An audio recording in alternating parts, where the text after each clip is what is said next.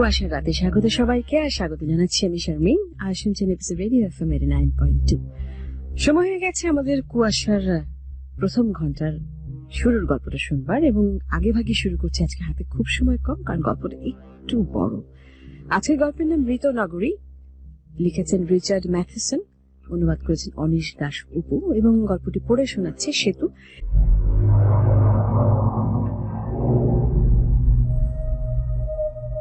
রাত ৩টার দিকে মিস্টার কেচামের নজরে পড়ল সাইনবোর্ডটি। জ্যাচরি, জনসংখ্যা ৬৭। তিনি নাক দিয়ে ঘোত জাতীয় একটি শব্দ করলেন। মেইনের সমুদ্র তীরবর্তী এই ক্ষুদে শহরগুলোর কি কোনো শেষ নেই? বিরক্ত হয়ে ভাবলেন তিনি। এক সেকেন্ডের জন্য চোখ বুঝলেন মিস্টার কেচাম। চোখ খুলে পুরো দাবিয়ে ধরলেন অ্যাক্সেলারেটর। ফোর্ড গাড়িটা বাঘের মতো লাফ দিল সামনের দিকে। মিস্টার কেচাম বিশাল বপু নিয়ে হেলান দিলেন সিটের গায়ে, পাঁজোড়া মেলে দিলেন সামনে। ভ্রমণটা এমন বাজে হবে কল্পনাও করেননি তিনি। অফিস থেকে ছুটি নিয়েছিলেন নিউ ইংল্যান্ডের ঐতিহাসিক জায়গাগুলো মন ভরে দেখবেন বলে। ইচ্ছা ছিল প্রকৃতির সাথে মিশে যাবেন, রোমন্থন করবেন ফেলে আসা দিনগুলোর কথা। কিন্তু কোথায় কি, বরং সফরটা অত্যন্ত নীরস এবং একঘেয়ে লাগছে। বিরক্তির একশেষ। গাড়ি চালাতে চালাতে মিস্টার কেচামের মনে হলো পুরো শহরটাই যেন ঢলে পড়েছে মৃত্যুর কোলে। ইঞ্জিনের শব্দ ছাড়া আর কোথাও কোনো শব্দ নেই। সব আশ্চর্য রকম নিশ্চুপ, এত বেশি নিস্তব্ধ যে ভয় ধরিয়ে দেয়। হেডলাইটের আলোয় এক ঝলকের জন্য আরো একটি সাইনবোর্ড দেখতে পেলেন তিনি। সর্বোচ্চ গতিসীমা 15 মাইল। পরক্ষণে ওটাকে ঝড়ের বেগে পেরিয়ে গেলেন তিনি। বিদ্রুপাত্মক এক টুকরো হাসি ফুটে উঠল মুখে। বিড়বিড় করে বললেন তিনি। গ্যাস পেডালে চাপ বাড়লো আরো। খেয়ে দে তোর কাজে নেই, এই মরা শহরে 15 মাইল স্পিডে গাড়ি চালাবেন তিনি। জানালা দিয়ে বাইরে তাকালেন মিস্টার কেচাম। অন্ধকারে দালান কোঠাকে ভূতের মতো লাগছে। বিদায় জ্যাচরি, মনে মনে বললেন তিনি। বিদায় লোক সংখ্যা 67। এক সময় রিয়ার ভিউ মিররে গাড়িটির আকৃতি ফুটে উঠল। আধা ব্লক পেছনে মাথায় একটা ঘূর্ণায়মান লাইট নিয়ে সোজা ছুটে আসছে মিস্টার কেচামের গাড়ির পেছনে। গাড়িটা কাদের দেখেই বুঝতে পারলেন মিস্টার কেচাম। নিজের অজান্তে স্পিড কমিয়ে আনলেন তিনি। টের পেলেন বুকের মধ্যে হাতুড়ির পাড় পড়ছে। স্পিড লিমিট অমান্য করেছেন ওরা দেখে ফেলেনি তো? শঙ্কিত হয়ে ভাবলেন মিস্টার কেচাম। কালো রঙের সেডানটা চলে এলো ফোর্ডের সামনে। পথ রোধ করে দাঁড়ালো। সামনের জানালা দিয়ে মুখ বের করলো বড় এক টুপিওয়ালা। গাড়ি থামান! ঘেউ ঘেউ করে উঠল সে। শুকনো ঢোক গিলে মিস্টার কেচাম ফুটপাত ঘেঁষে তার গাড়ি দাঁড় করালেন। ইমার্জেন্সি ব্রেক টেনে ধরে ইগনিশন সুইচ অফ করলেন। স্থির হয়ে গেল ফোর্ড। পুলিশের গাড়িটা এগিয়ে এলো তার দিকে, থামলো। ডান দিকের দরজা খুলে গেল। ফোর্ডের হেডলাইটের আলোয় অগ্রসরমান আগন্তুকের কাঠামোটা উদ্ভাসিত হয়ে উঠল। মিস্টার কেচাম তাড়াতাড়ি আলো নিভিয়ে ফেললেন। আরেকবার ঢোক গিললেন তিনি। রাত 3টার সময় অচেনা অজানা একটা জায়গায় পুলিশ তাকে ধরতে আসছে স্পিড লিমিট অমান্য করার দায়ে। এর চেয়ে মর্মান্তিক আর কি হতে পারে? মিস্টার কেচাম চোয়াল শক্ত করে বসে রইলেন গাড়িতে। কালো ইউনিফর্ম এবং লম্বা হ্যাট পরা লোকটা ঝুঁকলো জানালার দিকে, হাত বাড়ালো। লাইসেন্স দেখি। মিস্টার কেচাম তার ঈষৎ কাপা হাত ঢুকালেন পকেটের মধ্যে। বেরিয়ে এলো কতগুলো বিলের কাগজপত্র। রাগে দাঁত কড়মড় করলেন তিনি। আবার খুঁজতে শুরু করলেন। লাইসেন্সটা তিনি দিয়ে দিলেন লোকটির হাতে। লোকটা ফ্ল্যাশ লাইট ফেললো লাইসেন্সের উপর। নিউ জার্সি থেকে আসছেন? জি জি, ওখান থেকেই। তাড়াতাড়ি জবাব দিলেন মিস্টার কেচাম। পুলিশের লোকটা একভাবে চেয়ে আছে লাইসেন্সটার দিকে। মিস্টার কেচাম অস্বস্তিতে নড়ে উঠলেন। জিভ দিয়ে ঠোঁট চাটলেন। ডেট এখনো পার হয়নি বললেন তিনি। লোকটা সোজা হয়ে দাঁড়ালো। পরক্ষণেই ফ্ল্যাশ লাইটের তীব্র আলো ঝলসে দিল মিস্টার কেচামের চোখ। তিনি আঁতকে উঠে মাথা সরালেন। আলোটা সরে গেল। মিস্টার কেচামের চোখে ইতিমধ্যে জল এসে গেছে। চোখ পিটপিট করলেন। নিউ জার্সির লোকেরা কি ট্রাফিক সাইন পড়তে জানে না নাকি? অফিসার জিজ্ঞেস করলো। আপনি কি ওই জনসংখ্যার সাইনবোর্ডের কথা বলছেন? না, আমি অন্য একটি সাইনবোর্ডের কথা বলছি। ও, গলা খাকারি দিলেন মিস্টার কেচাম। আমি একটাই সাইনবোর্ড দেখতে পেয়েছি। তাহলে তো আপনি ড্রাইভার হিসাবে খুবই বাজে। জি মানে? ওই সাইনবোর্ডে স্পষ্ট লেখা ছিল এখানকার সর্বোচ্চ গতিবেগ ঘন্টায় 15 মাইল, কিন্তু আপনি 50 মাইল স্পিডে গাড়ি চালাচ্ছিলেন। আমি দুঃখিত, আমি সত্যি ওটা দেখতে পাইনি। আপনি দেখতে পান বা না পান, এখানকার সর্বোচ্চ স্পিড ওই 15 মাইলই। ইয়ে মানে এই ভোর রাতেও? সাইনবোর্ডের ওপরে একটা টাইম টেবিল ছিল, দেখেননি? না, দেখিনি। আমার আসলে ওই সাইনবোর্ডটি চোখে পড়েনি। তাই না? মিস্টার কেচাম অনুভব করলেন তার ঘাড়ের পেছনের চুলগুলো সব খাড়া হয়ে গেছে। এই যে ভাই দেখুন, ভাঙা গলায় বলতে শুরু করলেন তিনি। হঠাৎ থেমে গেলেন, পুলিশের লোকটার দিকে তাকালেন, একটু বিরতি দিয়ে আবার বললেন, আমি কি আমার লাইসেন্সটা ফেরত পেতে পারি? পুলিশ অফিসার কোনো কথা বলল না, মূর্তির মতো দাঁড়িয়ে থাকলো। আমি কি? মিস্টার কেচাম আবার শুরু করলেন। আমাদের সঙ্গে আসুন, কর্কশ সুরে বলল পুলিশ অফিসার। সে ঘুরে দাঁড়িয়ে লম্বা লম্বা পা ফেলে এগিয়ে গেল তার গাড়ির দিকে। মিস্টার কেচাম বোকার মতো তাকিয়ে থাকলেন লোকটার দিকে, জবান বন্ধ হয়ে গেছে তার। এই যে ভাই শুনুন শুনুন, প্রায় চিৎকার করেই উঠলেন তিনি। আরে লোকটা তার লাইসেন্স নিয়ে হাঁটা শুরু করেছে। হঠাৎ পেটের মধ্যেটা ঠান্ডা এবং ফাঁকা ঠেকল মিস্টার কেচামের। এসব হচ্ছেটা কি? বিড়বিড় করে বললেন তিনি।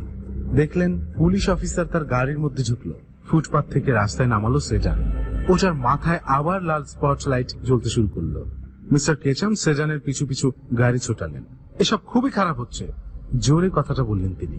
তার সঙ্গে এরকম আচরণ করার কোনো অধিকার তাদের নেই। এটা কি মধ্যযুগ নাকি যে যা ইচ্ছা করলো তাই চাপিয়ে দিলাম? ঠোঁটে ঠোঁট চেপে কঠিন মুখে মিস্টার কেচাম অনুসরণ করতে থাকলেন পুলিশের গাড়িটিকে। 2 ব্লক পরে সেজান বাঁ দিকে ঘুরল। মিস্টার কেচাম হেডলাইটের আলোয় একটা দোকান দেখতে পেলেন। মাথায় পুরনো বিধ্বস্ত একটা সাইনবোর্ড টাঙানো, হস্তশিল্পের দোকান। রাস্তায় কোনো বাতি নেই। কালির মতো কালো পথ ধরে এগোচ্ছেন মিস্টার কেচাম।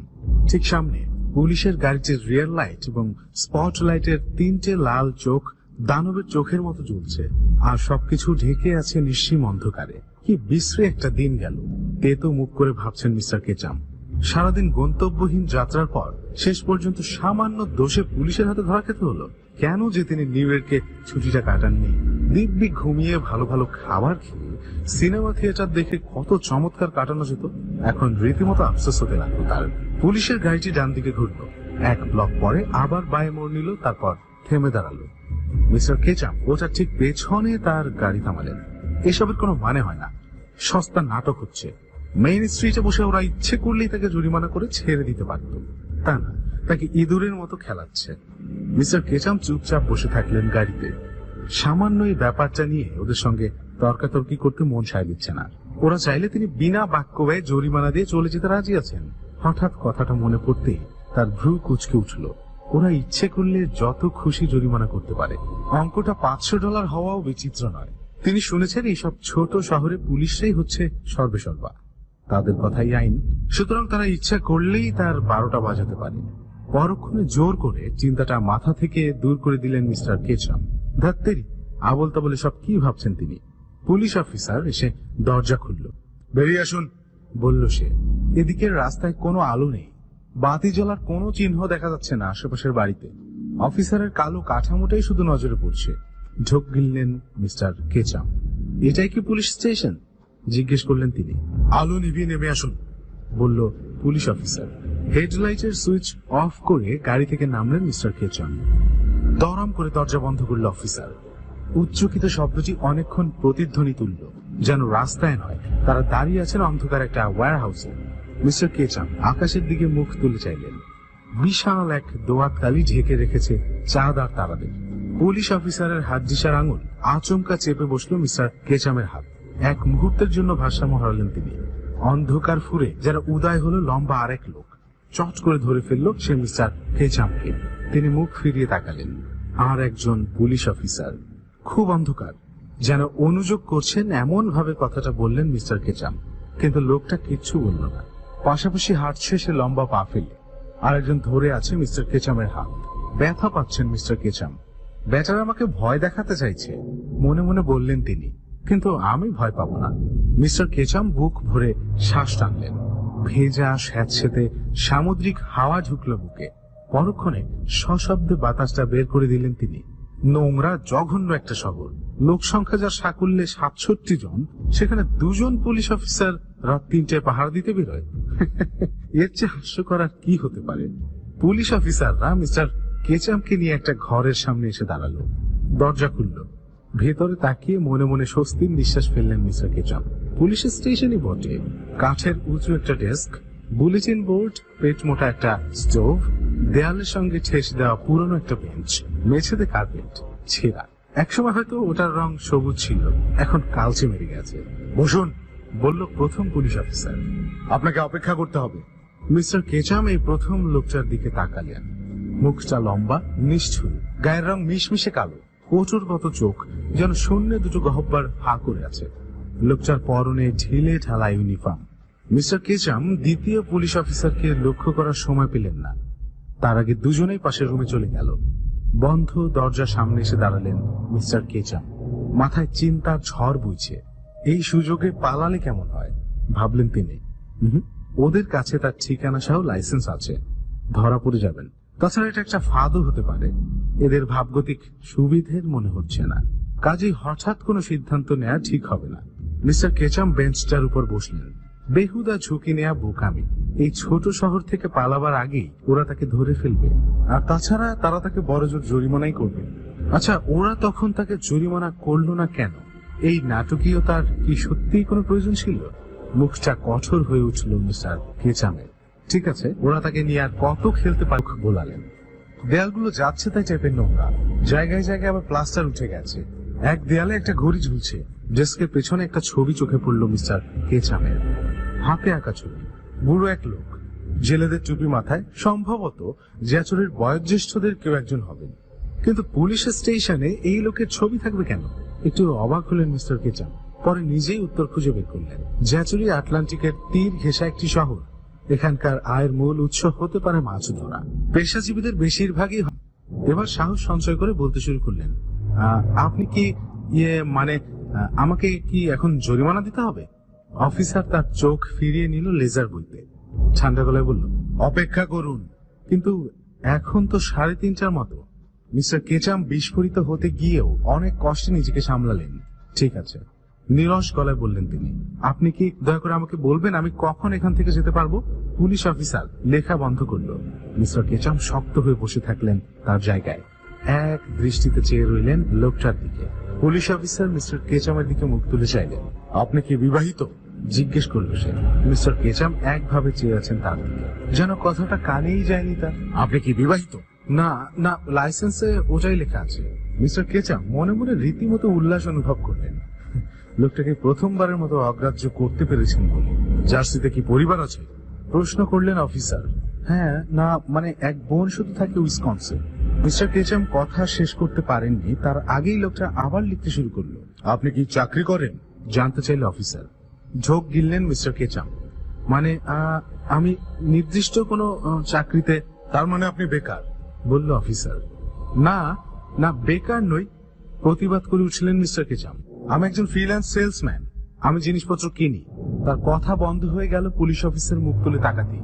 তিনি ঢোক গিলতে চাইলেন, কিন্তু গলায় যেন একটা জেলা পাকিয়ে গেছে, কিছুতেই নিচে নামতে চাইছে না। হঠাৎ উপলব্ধি করলেন তিনি বেঞ্চটার একেবারে কোণার ধারে বসে আছেন। প্রয়োজনে এটাকে এক ঝটকায় তুলে নিয়ে আত্মরক্ষার কাজে লাগানো যাবে, কিন্তু হঠাৎ উত্তেজিত হওয়া চলবে না। নিজেকে সাজেশন দিতে শুরু করলেন মিস্টার কেচাম। রিল্যাক্স। গভীর শ্বাস নিলেন তিনি। চোখ বন্ধ করে স্থিরভাবে বসে থাকলেন বেঞ্চের উপর। ঘরে এখন দেয়াল ঘড়ির টক টক শব্দ ছাড়া অন্য কোনো শব্দ নেই। মিস্টার কেচাম টের পেলেন তার হৃৎপিণ্ডটা ধীরে ধীরে ঘড়ির পেন্ডুলামের মতো খাঁচার মধ্যে যেন দুলছে। তিনি ভারী শরীরটা বিছিয়ে দিলেন শক্ত বেঞ্চের উপর। চোখ খুললেন। দাড়িওয়ালার সঙ্গে চোখাচোখি হলো তার। বুড়ো নাবিক যেন এক দৃষ্টে তার দিকেই তাকিয়ে আছে। তার চোখের পাতা খুলে গেল, মনি দুটো বিস্ফোরিত। ধর্মর করে উঠে বসতে গেলেন তিনি, কিন্তু আবার চিত হয়ে শুয়ে পড়লেন বেঞ্চিতে। কালো চেহারার একটা লোক ঝুঁকে আছে মিস্টার কেচামের দিকে, হাত দুটো তার কাঁধের উপর। আপনি কে? মিস্টার কেচাম জিজ্ঞেস করলেন। তার পাঁজরে ধরাস ধরাস বাড়ি খাচ্ছে হৃৎপিণ্ড। আমি চিফ শিপলি, জবাব দিল সে। আমার অফিসে একবার আসবেন? হ্যাঁ, অবশ্যই যাব, বলে মিস্টার কেচাম উঠে বসলেন। পিঠের পেশিগুলো আড়ষ্ট হয়ে আছে। জোরে জোরে ডলতে শুরু করলেন জায়গাটা। লোকটা উঠে দাঁড়ালো। অজান্তে মিস্টার কেচামের চোখ ঘুরে দেয়াল ঘড়িটির দিকে গেল। 4:15 বাজে। দেখুন, দৃঢ় গলায় বললেন মিস্টার কেচাম। আমাকে জরিমানা করে আপনারা ছেড়ে দিচ্ছেন না কেন? চিফ শিপলি হাসলো, নিষ্প্রাণ হাসি। আমাদের জ্যাচরি শহরের নিয়ম কানুন অন্যদের তুলনায় একটু অন্যরকম মিস্টার কেচাম। আসুন। পথ দেখিয়ে নিয়ে চলল সে। একটা ছোট্ট রুমে ঢুকলো দুজন। অনেক পুরনো বাসি একটা গন্ধ পাচ্ছে মিস্টার কেচাম। তার নাক কুচকে উঠল, কিন্তু ব্যাপারটা খেয়াল করলো না চিফ। বসুন। একটা চেয়ার দেখালো সে মিস্টার কেচামকে। নিজে গিয়ে বসলো তার ডেস্কে। উঁচু পিচওয়ালা চেয়ারটায় বসলেন মিস্টার কেচাম। ক্যাচ কোচ শব্দ করে তীব্র আপত্তি জানালো চেয়ারটা, কিন্তু ওর আপত্তি গ্রাহ্যের মধ্যে না এনে তিনি বললেন, আমি বুঝতে পারছি না যে কেন আমি ফাইন দিয়ে চলে যেতে পারছি না। সঙ্গত কারণেই, বলল শিপলি। কিন্তু মিস্টার কেচাম শুরু করতে গিয়েও থেমে গেলেন। শিপলির মুখে ক্রূর এক টুকরো হাসি ফুটে উঠেছে, যেন সতর্ক করে দিচ্ছে সে মিস্টার কেচামকে। মুখ অন্ধকার করে চেয়ারে বসে থাকলেন মিস্টার কেচাম। চিফ গভীর মনোযোগে ডেস্কের উপর রাখা একতারা কাগজ দেখতে লাগলো। লোকটার পরনের ইউনিফর্মে তাকে মোটেও মানায়নি। এরা কি জানেও না কিভাবে পোশাক পরতে হয়? দীর্ঘশ্বাস ফেলে ভাবলেন মিস্টার কেচাম। কুয়াশা, কুয়াশা,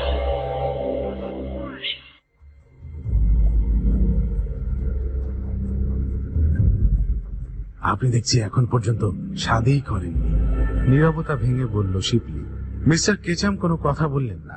ওরা যেমন প্রশ্ন করলে জবাব দেয় না, আমিও ওদের বিরুদ্ধে ঠিক একই ওষুধ প্রয়োগ করব ঠিক করলেন তিনি। মেইনে আপনার বন্ধু বান্ধব আছে? জানতে চাইল শিপলি। কেন?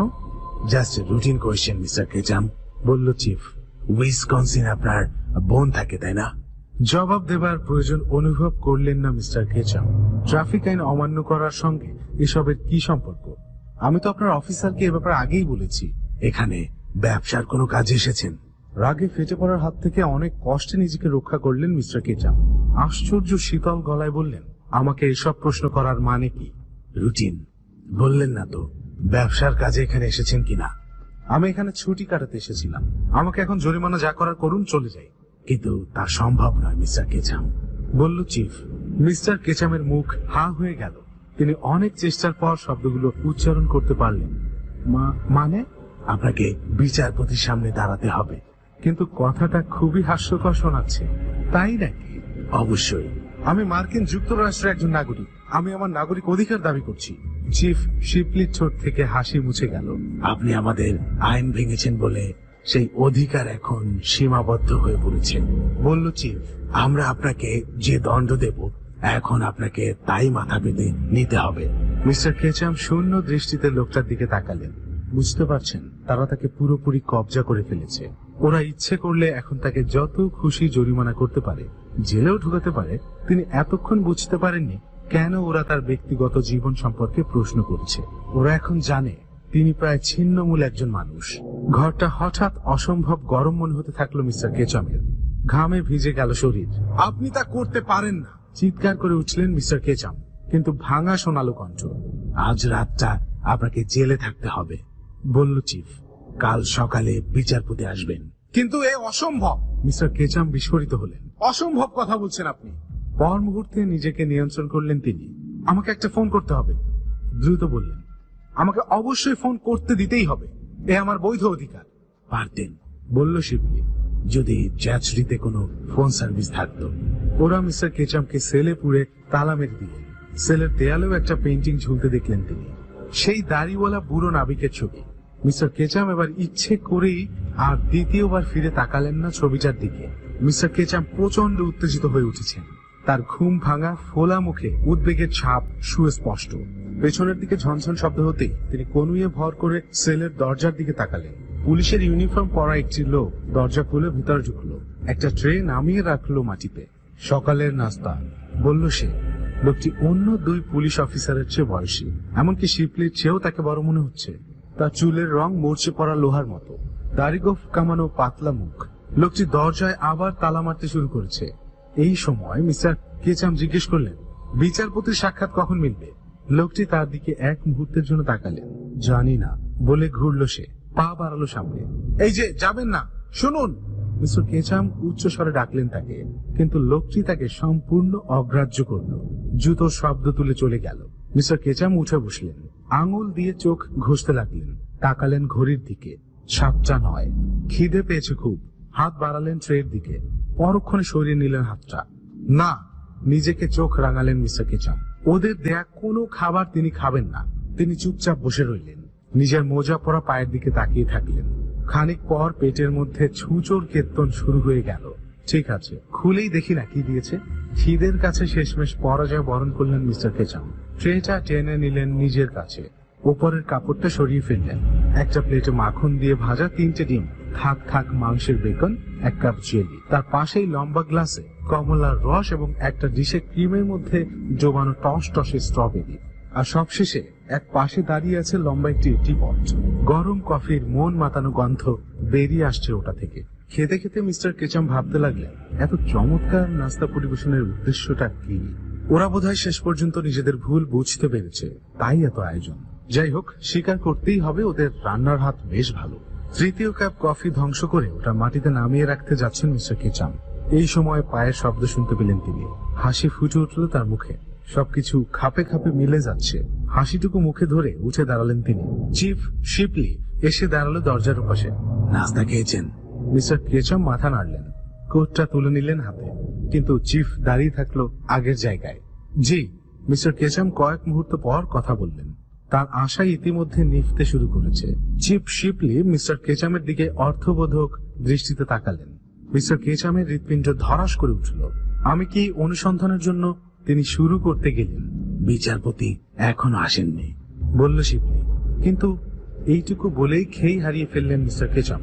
আপনাকে শুধু খবরটা দিতে এসেছিলাম, বলে চলে গেল চিফ শিপলি। মাথায় রাগ উঠে গেল মিস্টার কেচামের।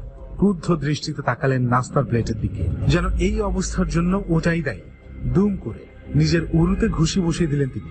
অসহ্য, এরা এসব কি শুরু করেছে তাকে নিয়ে? ভয় পাওয়াতে চাইছে? শঙ্কিত হয়ে ভাবলেন মিস্টার কেচাম, ওরা সত্যি তাকে ভয় পাইয়ে দিয়েছে। মিস্টার কেচাম দরজার দিকে এগোলেন। গরাদের সঙ্গে মুখ লাগিয়ে তাকালেন বাইরে। পুরো প্যাসেজ খালি, কোথাও জনমানুষের টিকিও দেখা যাচ্ছে না। ভয়ের ঠান্ডা একটা স্রোত নামতে লাগলো শির দ্বারা বেয়ে। পা দুটোর ওজন মনে হলো কয়েক মন। তিনি ডান হাত দিয়ে বারবার শীতল গরাদে আঘাত করতে শুরু করলেন। বেলা 2টোর দিকে চিফ সে বয়স্ক পুলিশ অফিসারকে নিয়ে কেচামের সেলে ঢুকল। বিনা বাক্য ব্যয়ে দরজা খুলল সে। মিস্টার কেচামও একটিও কথা না বলে কোটটা কাঁধে ফেলে পা বাড়ালেন সেলের বাইরে। দরজা আবার বন্ধ হয়ে গেল। মিস্টার কেচামকে নিয়ে তারা আগাচ্ছে। আমরা কোথায় যাচ্ছি জানতে চাইলেন তিনি। বিচারপতি অসুস্থ, জবাব দিল শিপলি। আপনার জরিমানা করার জন্য তার বাড়িতে আপনাকে নিয়ে যাচ্ছি। ঠিক আছে, বললেন মিস্টার কেচাম। আপনারা যা ভালো মনে করেন। এটাই এই মুহূর্তে আমাদের একমাত্র করণীয় কাজ। পাথরের মতো মুখ করে বলল শিপলি। মিস্টার কেচাম মনে মনে খুশি হয়ে উঠলেন। যাক, শেষ পর্যন্ত ঘটনাটা ঘটতে যাচ্ছে। তিনি জরিমানা দেবেন এবং সমস্ত ঝামেলা থেকে মুক্ত হয়ে যাবেন। বাইরে প্রচুর কুয়াশা, রাস্তায় যেন সিগারেটের ধোয়ার মতো পাক খাচ্ছে কুয়াশা। মিস্টার কেচাম শীতে কেঁপে উঠলেন। টুপিটা আরেকটু টেনে নামালেন কপালের নিচে। তিনি এদিক ওদিক তাকিয়ে তার গাড়িটা খুঁজছেন। বুড়ো পুলিশ অফিসার তাদের পুলিশ কারের পেছনের দরজা মেলে ধরল। শিপলি তাকে ভেতরে ঢোকার ইশারা করল। আমার গাড়িটার কি হলো জিজ্ঞেস করলেন মিস্টার কেচাম। বিচারপতির সঙ্গে দেখা করবার পর আমরা আবার এখানে আসব, বলল শিপলি। কিন্তু আমার মিস্টার কেচাম ইতস্তত করতে লাগলেন। তারপর এগোলেন দরজার দিকে। বিশাল শরীর নিয়ে রীতিমতো কসরত করে তাকে ঝুঁকতে হলো ভেতরে। ধপ করে বসে পড়লেন ব্যাক সিটে। বরফের মতো ঠান্ডা চামড়া চাবুক বসালো গায়ে। তিনি ঈষৎ শিউরে উঠলেন। শিপলি ঝুঁকলো এবার। মিস্টার কেচাম সরে জায়গা করে দিলেন তার জন্য। পুলিশ অফিসার দরজা বন্ধ করলেন সশব্দে। আবার সেই প্রতিধ্বনি উঠল, যেন সমাধিস্থলে কোনো কফিনের ঢাকনা বন্ধ করা হলো। মিস্টার কেচাম মুখ বিকৃত করলেন। পুলিশ অফিসার ড্রাইভিং সিটে বসলো। মিস্টার কেচাম জানালা দিয়ে তাকালেন বাইরের দিকে। খুবই ঠান্ডা, বললেন মিস্টার কেচাম। শিপলি কোনো কথা বলল না। ইউটার্ন নিয়ে গাড়িটা কুয়াশা ঢাকা রাস্তা দিয়ে ধীর গতিতে ছুটে চলল। মিস্টার কেচাম কিছুক্ষণ পর তার হাত ঘড়ির দিকে তাকালেন। প্রায় 3টে বাজে। এই জঘন্য শহরে ইতিমধ্যে তার প্রায় আধা একটা দিন কেটে গেছে। তিনি জানালা দিয়ে বাইরে তাকালেন। ভৌতিক শহরটা দ্রুত পেছনে সরে যাচ্ছে। মেইন রাস্তায় উঠে পড়ল ওরা। এখন কুয়াশা অত ঘন এবং গাঢ় নয়। সমুদ্রের হাওয়ার কারণে এটা হতে পারে, ভাবলেন মিস্টার কেচাম। তিনি রাস্তা দেখতে থাকলেন। দোকানপাট, অফিস ঘর সব বন্ধ। লোকজন সব কই জিজ্ঞেস করলেন তিনি। কি? রাস্তাঘাট তো কাউকে দেখছি না, গেল কই সব? বাড়িতে, সংক্ষিপ্ত উত্তর দিল চিফ। অধিবাসীদের সংখ্যা তো 67, তাই না? চিফ কোনো কথা বলল না। আচ্ছা, জ্যাচরির বয়স মানে এটা কত বছরের পুরনো শহর? আঙুল ফোটালো চিফ। 150 বছর। জ্যাচরির নামকরণ কি করে হলো? কৌতূহল চেপে রাখতে পারলেন না মিস্টার কেচাম। নোয়া জ্যাচরি এই শহর প্রতিষ্ঠা করে গেছেন। আচ্ছা আচ্ছা, স্টেশনে যার ছবি দেখলাম উনি কি সেই? হ্যাঁ। চুপ হয়ে গেলেন মিস্টার কেচাম। অলস দৃষ্টিতে দেখতে লাগলেন একের পর এক ব্লক পেরিয়ে যাচ্ছে গাড়িটা। হঠাৎ বিদ্যুৎ চমকের মতো প্রশ্নটি উদয় হলো তার মনে, এত বড় একটা শহরের লোক সংখ্যা মাত্র 67 কেন? আচ্ছা, এখানে মাত্র কি মানে অধিবাসীদের সংখ্যা মাত্র 67 জন কেন? বাড়তি যারা আসে তারা চলে যায়। কপালে ভাঁজ পড়ল মিস্টার কেচামের। তাহলে রহস্যটা হচ্ছে এই। মিস্টার কেচাম সিটে হেলান দিলেন। এই অদ্ভুত জায়গাটায় আমারও আর এক মুহূর্ত থাকতে ইচ্ছে করছে না, মনে মনে বললেন তিনি। এখান থেকে এখন বিদায় হতে পারলেই বাঁচি। হঠাৎ উইন্ডশিল্ড দিয়ে ব্যানারের মতো একটা জিনিস দেখতে পেলেন মিস্টার কেচাম। কাছাকাছি আসতে দেখলেন সত্যি কাপড়ের তৈরি একটা ব্যানার ঝুলছে রাস্তার উপর। বড় বড় অক্ষরে লেখা বারবিকিউ টুনাইট। সম্ভবত এই শহরের লোকজন আজ রাতে কোনো উৎসবের আয়োজন করতে মধ্যে জাহাজ চালাতেন, বলল শিপলি। লম্বা মেইন স্ট্রিট শেষ হলো অবশেষে। গাড়িটা ঘিঞ্জি একটা রাস্তায় ঢুকলো। রাস্তার দুপাশে ঘন ঝোপঝাড় চোখে পড়ল মিস্টার কেচামের।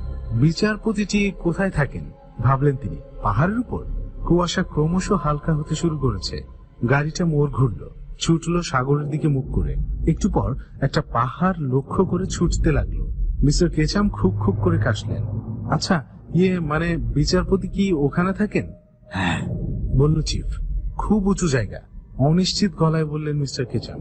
পাহাড়ের ঠিক চূড়ায় সাদা রঙের বাড়িটি, 3 তলা। বুড়ো জ্যাচরির মতোই বাড়িটি পুরনো, ভাবলেন মিস্টার কেচাম। তারা যতই আগাচ্ছেন ততই মিস্টার কেচামের গলা শুকিয়ে যাচ্ছে। মনে মনে নিজেকে চোখ রাঙালেন। এত ভয় পাওয়ার কি আছে? তার বারবার মনে পড়তে লাগলো রাস্তায় দেখা ব্যানারটার হেডিংটাকে। দ্রুত কাছে আসছে বিচারপতির বাড়ি। মিস্টার কেচাম অনুভব করলেন তার শ্বাস নিতে কষ্ট হচ্ছে। আমি ওই বাড়িতে যাব না, ভেতর থেকে কে যেন বলে উঠল তার। দরজা খুলে লাফ মেরে পালিয়ে যাওয়ার তীব্র একটা আকাঙ্ক্ষা জেগে উঠল মনে। পেশিগুলো শক্ত হয়ে উঠল। মিস্টার কেচাম চোখ বন্ধ করলেন। নিজেকে বোঝানোর চেষ্টা করলেন তিনি, হয়তো ওই বাড়িতে পৌঁছানোর পর মারাত্মক কিছুই ঘটবে না, আমি শুধু শুধুই ভয় পাচ্ছি। থেমে গেল গাড়ি। চিফ দরজা খুলে নামলো। পুলিশ অফিসারটি এসে পেছনের দরজাটি খুলল। হঠাৎ ঘুমিয়ে পড়েছিলাম, কৈফিয়ত দেবার ভঙ্গিতে বললেন মিস্টার কেচাম। তিনি আর চোখে তাকালেন বাড়িটির দিকে। কাউকে কোথাও দেখা যাচ্ছে না। চিফ তাকে আগে বাড়তে ইশারা করলো। 3 জন একসঙ্গে পা বাড়ালো সামনে। আমার কাছে নগদ টাকা বিশেষ কিছু নেই, বললেন মিস্টার কেচাম। ট্রাভেলার্স চেক দিলে চলবে তো? চলবে, বলল চিফ। বারান্দা পেরিয়ে একটা দরজার সামনে এসে দাঁড়ালো ওরা। পুলিশ অফিসারটি পেতলের তৈরি একটি বড় কি হেড ধরে মোচড় দিল। ভেতরে কোথাও একটি ঘন্টা বেজে উঠল। মিস্টার কেচাম দরজার পর্দার দিকে এক দৃষ্টিতে তাকিয়ে থাকলেন। লোকটা আবার বেল বাজালো। সম্ভবত উনি খুব অসুস্থ। মিস্টার কেচাম ক্ষীণ কণ্ঠে বললেন, এটা একটা চান্স বটে, ভাবলেন তিনি। ওরা কেউ তার দিকে তাকালো না পর্যন্ত। মিস্টার কেচাম টের পেলেন তার পেশি আবার শক্ত হয়ে উঠছে। কাঁধের ওপর দিয়ে পেছন দিকে তাকালেন তিনি। যদি এই মুহূর্তে কোষে দৌড় মারেন, ওরা কি তাকে ধরতে পারবে? না, এটা করা ঠিক হবে না। দরজা হঠাৎ খুলে গেল। লম্বা রোগা এক মহিলা, পরনে কালো পোশাক, এসে দাঁড়ালেন সামনে। এই মহিলার গায়ের রঙও কালো, মুখে বয়সের ছাপ স্পষ্ট। মিস্টার কেচামের হাত থেকে হঠাৎই টুপিটা খসে পড়ে গেল মাটিতে। ভিতরে আসুন, বলল মহিলা। মিস্টার কেচাম ঘরের মধ্যে পা রাখলেন। আপনার টুপিটা ওখানে রাখতে পারেন। হাত তুলে সে হ্যাট র্যাকটি দেখালো। মিস্টার কেচাম কালো রঙের একটা র্যাকে তার টুপিটা ঝুলিয়ে রাখলেন। এই সময় সিঁড়ির গোড়ায় একটি বড় পেইন্টিং এ তার দৃষ্টি আটকে গেল। তিনি কি যেন বলার জন্য মুখ খুলতে যাচ্ছেন, মহিলা বাধা দিল। এই দিক দিয়ে আসুন। হল ঘর দিয়ে ওরা এগিয়ে চলল। পেইন্টিংটির পাশ দিয়ে যাওয়ার সময় মিস্টার কেচাম জিজ্ঞেস করলেন, ওই মহিলাটিকে জ্যাচরির পাশে দাঁড়িয়ে আছেন? ওনার স্ত্রী, উত্তর দিল চিফ। কিন্তু তিনি তো। মিস্টার কেচামের হঠাৎ শ্বাস বন্ধ হয়ে এলো। এও কি সম্ভব? জ্যাচরির স্ত্রী এতদিন পরেও বেঁচে আছেন? মহিলাটি একটি দরজা খুলে সেখানে তাকে অপেক্ষা করতে বলল। মিস্টার কেচাম ভেতরে ঢুকলেন। তিনি ঘুরে দাঁড়াচ্ছেন, চিফকে কি যেন বলতে যাবেন। এমন সময় হঠাৎ দরজা বন্ধ হয়ে গেল। দ্রুত দরজার নব ঘোরাবার চেষ্টা করলেন মিস্টার কেচাম, কিন্তু ঘুরল না ওটা। ভ্রু কুঁচকে উঠল তার। এসব হচ্ছেটা কি? বন্ধ ঘরে গম গম করে উঠল তার ভারী কণ্ঠ। মিস্টার কেচাম চারদিকে তাকালেন। 4 কোণা ঘর, সম্পূর্ণ খালি। তিনি আবার দরজার দিকে এগিয়ে গেলেন। মনে মনে গুছিয়ে নিলেন কথাগুলো। তারপর বলতে শুরু করলেন, আচ্ছা, এটা খুব জোরে মোচড় দিলেন তিনি নবে। ঠিক আছে, আমি বুঝতে পারছি আপনারা আমার সঙ্গে মশকরা করছেন, কিন্তু একজন বুড়ো মানুষের সঙ্গে মশকরা করা কি ঠিক? কিন্তু কেউ তার কথার জবাব দিল না। তিনি হতভম্বের মতো চারপাশে তাকালেন। হঠাৎ একটা শব্দ শুনতে পেলেন। কিসের শব্দ ওটা? মনে হচ্ছে না যেন তীব্র বেগে পানির ধারা ছুটে আসছে? হেই, চিৎকার করলেন মিস্টার কেচাম। এসব কি শুরু করেছো তোমরা? নিজেকে তোমরা কি ভাবো? হ্যাঁ, শব্দটা দ্রুত বেড়েই চলল। মিস্টার কেচাম তার কপালের ঘাম মুছলেন। ঘরের আবহাওয়া যেন দ্রুত বদলে গেছে, গরম হতে শুরু করেছে পুরো ঘর। ঠিক আছে ঠিক আছে, ফ্যাসফ্যাসে গলায় বললেন মিস্টার কেচাম। বুঝলাম আমাকে দিয়ে মস্করা করা হচ্ছে, কিন্তু হঠাৎ কেঁপে উঠলেন তিনি। সাত করে নবটা থেকে হাত সরিয়ে নিলেন। প্রচন্ড গরম হয়ে উঠছে দরজাটা। কিন্তু হয়েছে, এখন আমাকে দয়া করে বেরোতে দাও, নইলে আমি কিন্তু খুব বিপদে পড়ে যাব। কিন্তু কারোর কোনো সারা শব্দ নেই। ঘরটি দ্রুত গরম হয়ে উঠছে। মনে হচ্ছে যেন জ্বলন্ত উনুনের উপর দাঁড়িয়ে আছেন মিস্টার কেচাম। হঠাৎ একের পর এক দৃশ্যগুলো তার চোখের সামনে ভেসে উঠল। লোকগুলোর অদ্ভুত আচরণ, সবার পরনে বেমানান ঢলঢলে পোশাক, চোখে মুখে বন্য ক্রূরতা, খালি রাস্তা, জেলখানার সেই উপাদেয় নাস্তা, তাদের চাউনি, পেইন্টিং এর সেই মহিলা, নোয়া জ্যাচুরির বউ। কি বিভৎস ভঙ্গিতে সে ছবিতে হাসছিল। তারপর রাস্তায় সেই ব্যানারটাও, ভোজ, আজ রাতে। মুখ হা হয়ে গেল মিস্টার কেচামের। গলা ফাটিয়ে তিনি চিৎকার করতে লাগলেন। তীব্র আতঙ্কে তার চোখের মনি কোটর ছেড়ে বেরিয়ে আসতে চাইল। দাঁত বেরিয়ে পড়ছে হিংস্র পশুদের মতো। ফেনা জমে গেল ঠোঁটের কোনায়। প্রচন্ড জোরে তিনি লাথি মারতে লাগলেন দরজায়। আমাকে বেরোতে দাও, আমাকে বেরোতে দাও। কিন্তু কেউ তার কথা শুনল না।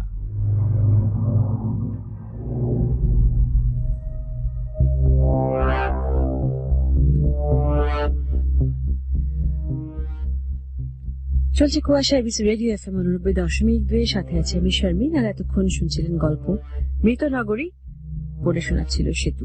বলছিলাম খুবই মর্মস্পর্শী কাহিনী শুনবো একটি আজকে। শারমিন সঙ্গে আছি আর শুনছেন এবিসি রেডিও এফএম 90.2। চলছে কুয়াশা।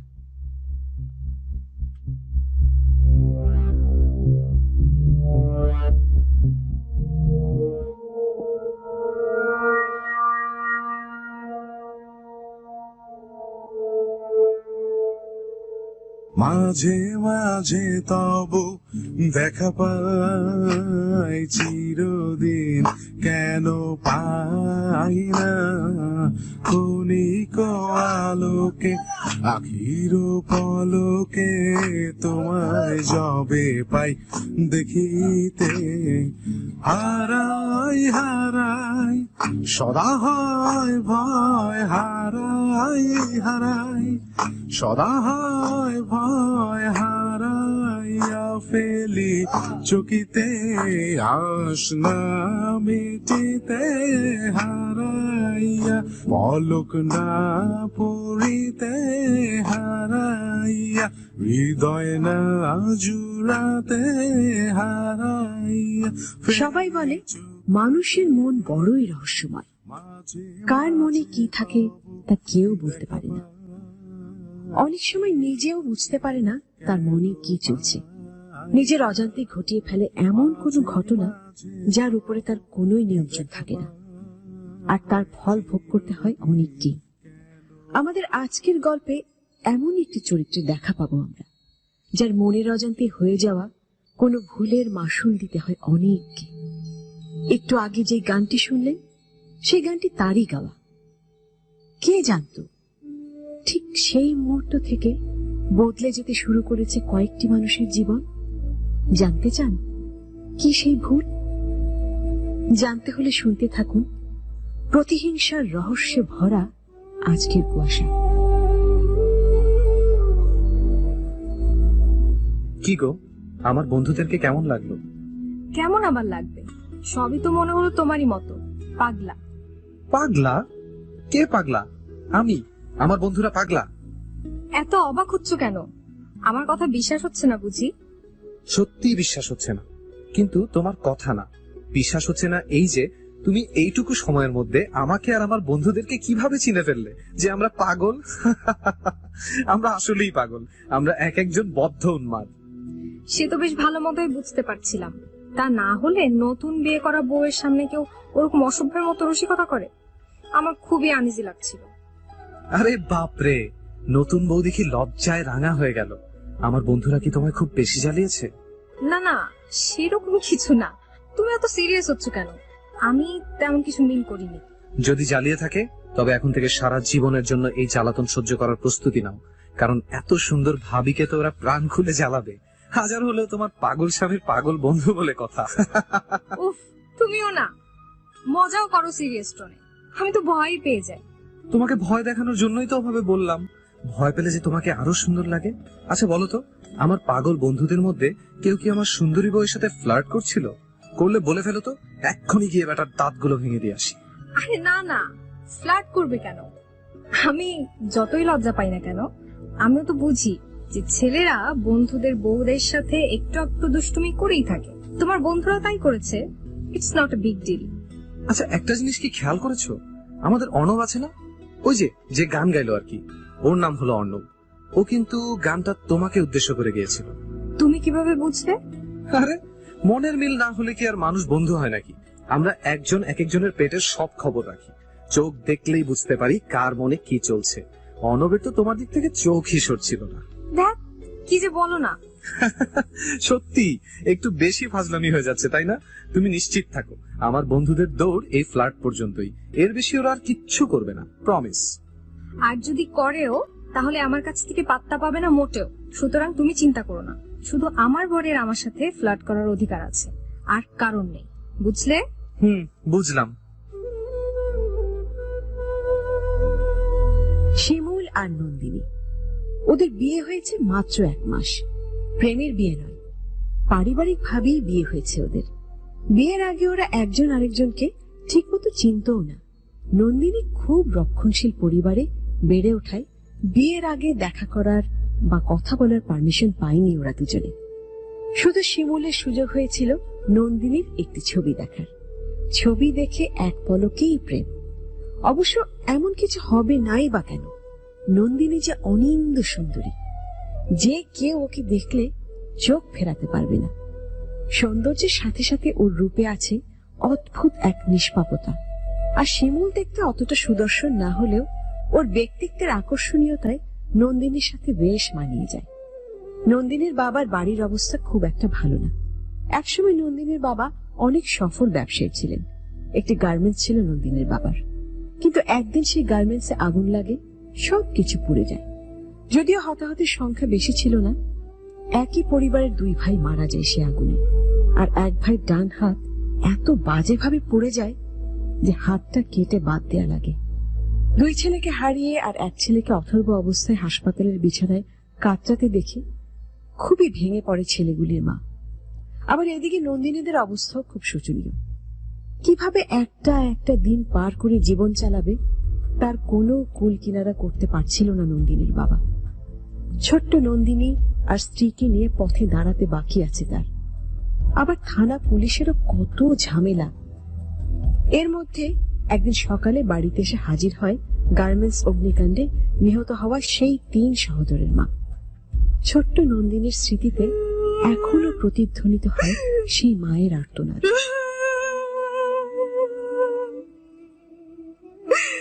তোমার জন্য আমি হারাইছি আমার ছেলে গো, আমার সন্তান গো, ফিরাই দাও আমার কাছে।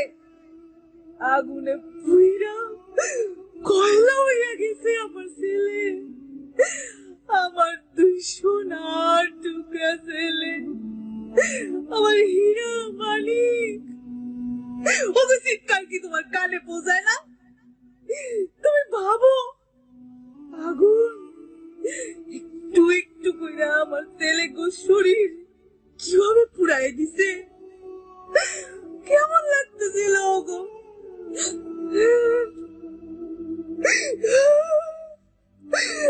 আমি চিনতে পারি নাই আমার ছেলে গো মুখ।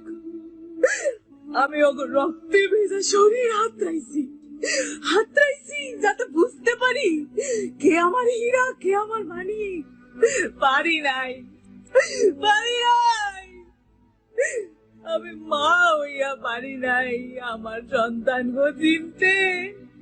আমার সন্তান গো চিনায় দাও, ওগো কবর দেইগা আমার চিনায় দাও, কোনটা আমার হীরার কবর, কোনটা আমার মানিক। আর ওই যে হাসপাতালের বিছানায় শুইয়া কাতরাইতাছে আমার পান্না, সারা শরীর তার রক্তে ভিজা। ওর ওই হাত দিয়া কয়দিন আগেও না তোমার ফ্যাক্টরির কাপড়ে কত সুন্দর কাজ করতো, কত নকশা, ফুল, পাখি লতা পাতা। তুমি জানো সেই হাতটাও কাইটা বাদ দিছে, আর কোনোদিনও সেলাই করতে পারবো না, কোনোদিনও কাজ করতে পারবো না। রাস্তায় গিয়ে দাঁড়াইতে হইব আমাকে। ফিরাই দে আমার পোলার হাত, ফিরাই দে, ফিরাই দে আমার সাজানো সংসার, ফিরাই দে, নাইলে তোর সংসারও লাগবে একদিন আগুন। সেই আগুনে তুই জইলা পুইরা মরবি, তুই জইলা পুইরা মরবো তোর সন্তান, ঠিক আমার সন্তানের মতো। দেখা নিস, তুই মিলাই নিস আমার কথা, সব সারখার হইয়া যাইব, তোর সব সারখার হইয়া যাইব। আমার পান্নার চিৎকারের মতো তোর সন্তানের চিৎকারে একদিন আমার মতো তোর বুক কাইবা উঠবো। মিলাই নিস আমার কথা।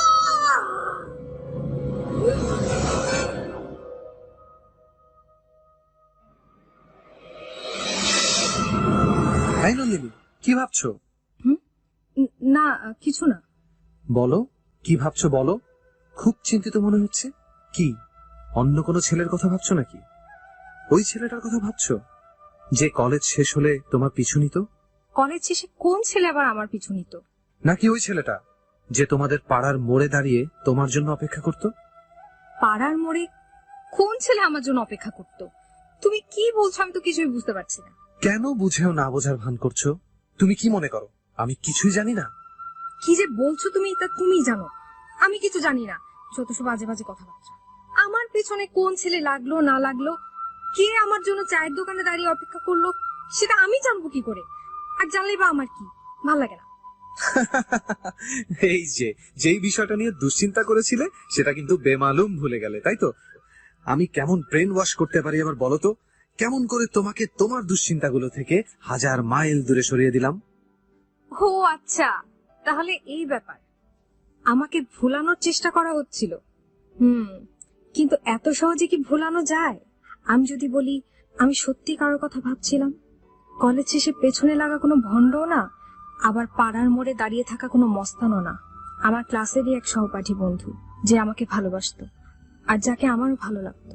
কি এমন কেউ আছে নাকি?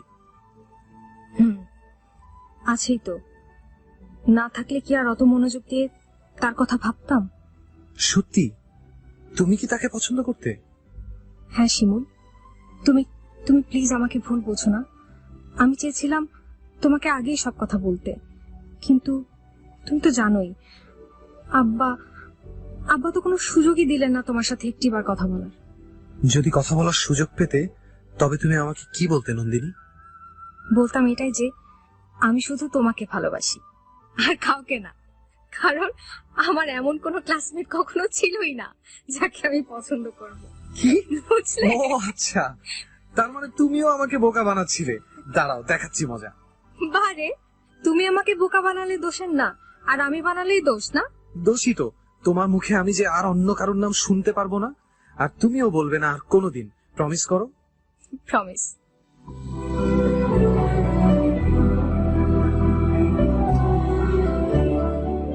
শিমুলের সন্দেহটা অনেকটা সঠিকই ছিল। নন্দিনী কদিন ধরেই ভীষণ আনমনা হয়ে রয়েছে। কি যে ভাবছে তার কিছুরই কুল কিনারা করতে পারছিল না শিমুল। নন্দিনী শিমুলকে কিছু পরিষ্কার করেও বলছে না, তাই শিমুল চাইছে নন্দিনী যেন সবকিছু ভুলে থাকে। হয়তো বাবা মায়ের জন্য মন খারাপ লাগছে, কিন্তু মুখ ফুটে কিছু বলছে না। এমনিতেই অনেক চাপা স্বভাবের মেয়ে নন্দিনী, বুক ফাটে তবু মুখ ফুটে না, অনেকটা এরকমই। সেটা শিমুলে কদিনে ভালোভাবে বুঝে গিয়েছে। শিমুল ভাবছে কিছুদিনের মধ্যেই অফিসের কাজ কিছুটা গুছিয়ে নিয়ে নন্দিনীকে কোথাও ঘুরতে নিয়ে যাবে। বিয়ের হাজারো রকমের ঝামেলায় হানিমুনে যাওয়া হয়নি ওদের।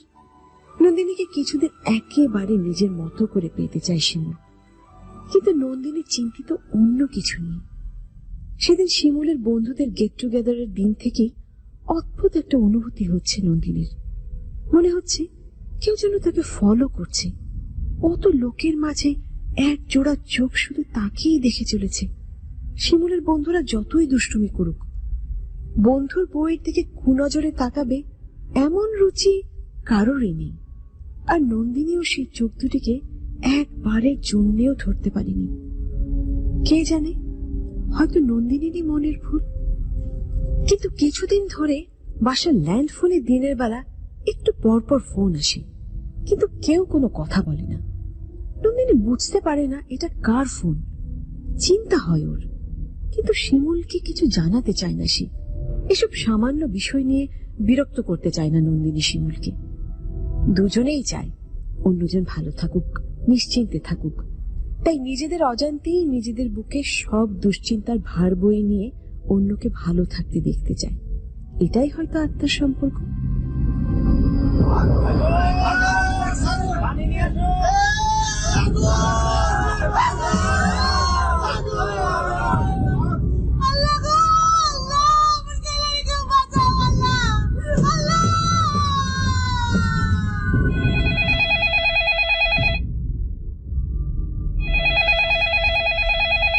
হ্যালো হ্যালো হ্যালো হ্যালো, কে বলছেন? কথা বলেন না কেন? আপনি কি পেয়েছেনটা কি? সাহস থাকলে কথা বলুন। কাপুরুষের মতো কথা না বলে ফোন রেখে দেন কেন? কি হলো, কথা বলবেন নাকি? নন্দিনী, কে কে বলছেন? চিনতে পারোনি না? চিনতে পারোনি আমায়? না, চিনতে পারিনি। পরিষ্কার করে আপনার নাম বলুন। তুমি আকাশের বুকে বিশালতার উপমা, তুমি আমার চোখেতে সরলতার প্রতিমা। আমি তোমাকে করি ভেঙে চুরে শতবার, রয়েছ তুমি বহুদূরে,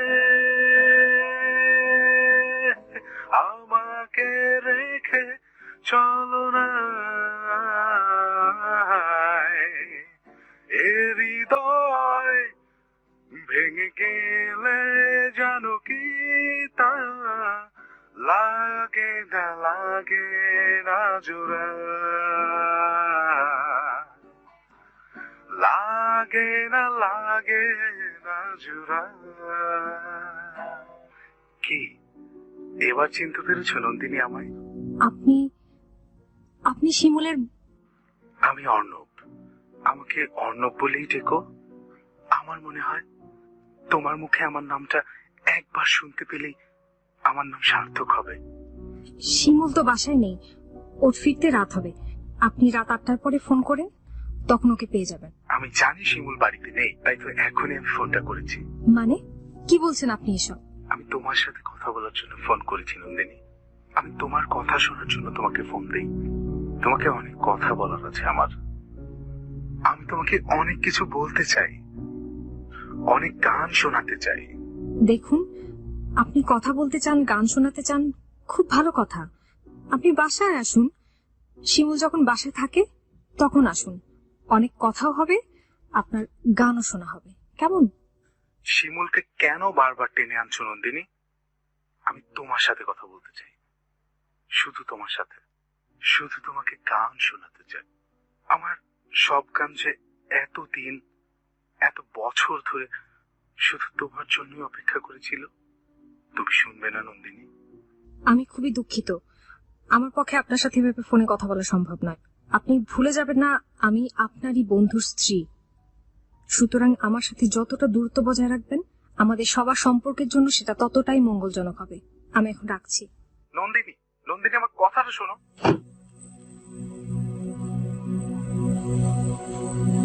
অর্ণবের ব্যবহারে নন্দিনী খুবই অবাক হয়।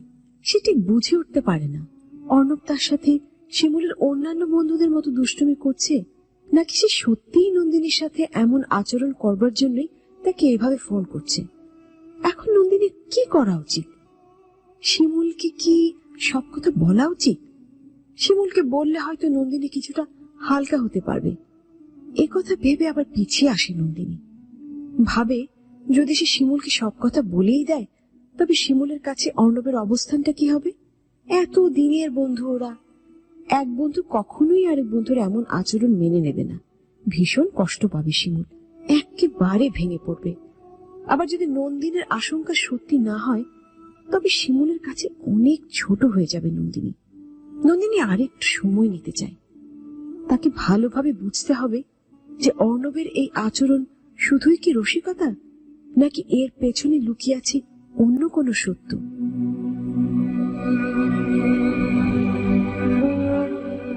আচ্ছা শিমুল, তোমার যে ফ্রেন্ড সার্কেলকে সেদিন আমি দেখলাম, এদের সাথে কি তোমার অনেক দিনের বন্ধুত্ব? ও, ওরা আমার তো একেবারে ছোটবেলার বন্ধু, একই স্কুলের। সবাই ছোটবেলার বন্ধু?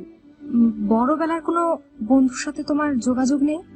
মানে বড় হতে হতে তো আমরা কত মানুষের সাথে মিশি, বন্ধু হয়ে যাই। অনেক সময় ছোটবেলার বন্ধুদের সাথে যোগাযোগ না থাকলেও এদের সাথে সম্পর্ক থেকেই যায়। এমন কোনো বন্ধু নেই তোমার?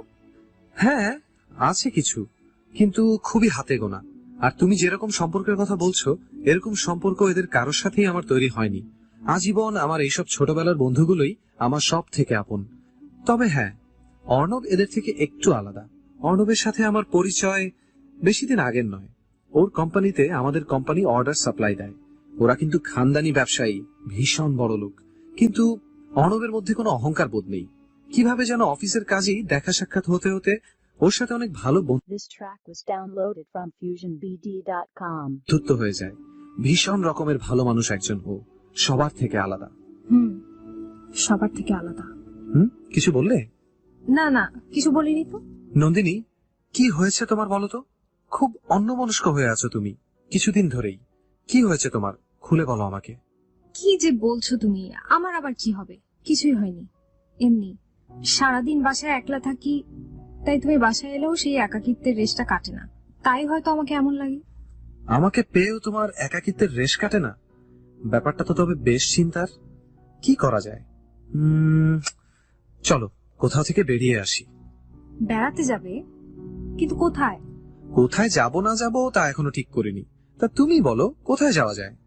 কিন্তু তোমার অফিস? আর 1-2 সপ্তাহের মধ্যে সব ঝামেলাই মিটে যাবে, তারপরই না হয় আমরা বেরিয়ে পড়লাম। তবে তো এখনো অনেক সময় আছে, আস্তে ধীরে ঠিক করে নেওয়া যাবে কোথায় যাওয়া যায়। কেমন?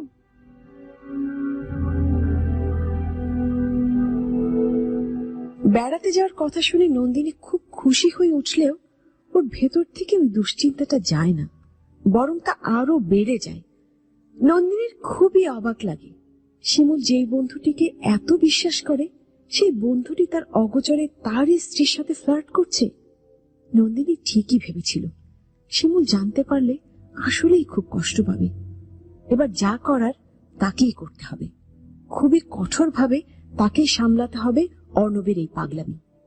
ওদের দুজনের বন্ধুত্ব অক্ষুণ্ণ রেখে বিষয়টাকে এখানেই ধামাচাপা দিতে হবে। ওদের বন্ধুত্ব ছিন্ন হতে দেয়া যাবে না, কিন্তু অর্ণবের পাগলামিরও একটা ব্যবস্থা করতেই হবে। শিমুল অফিসে বাসার সব কাজ শেষ করে এসব কথাই ভাবছিল নন্দিনী। এমন সময় আবার বেজে ওঠে ফোন।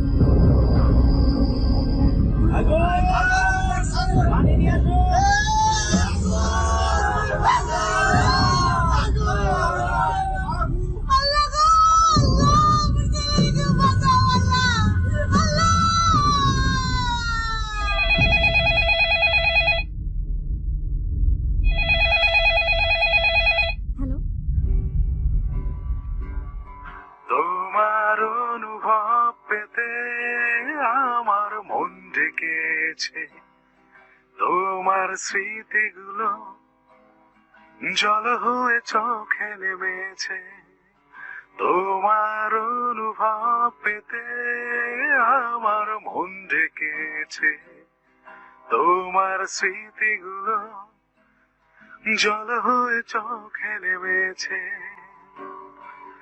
তোমার চোখে এখনো মায়া, বিশাল আকাশ ভাসে।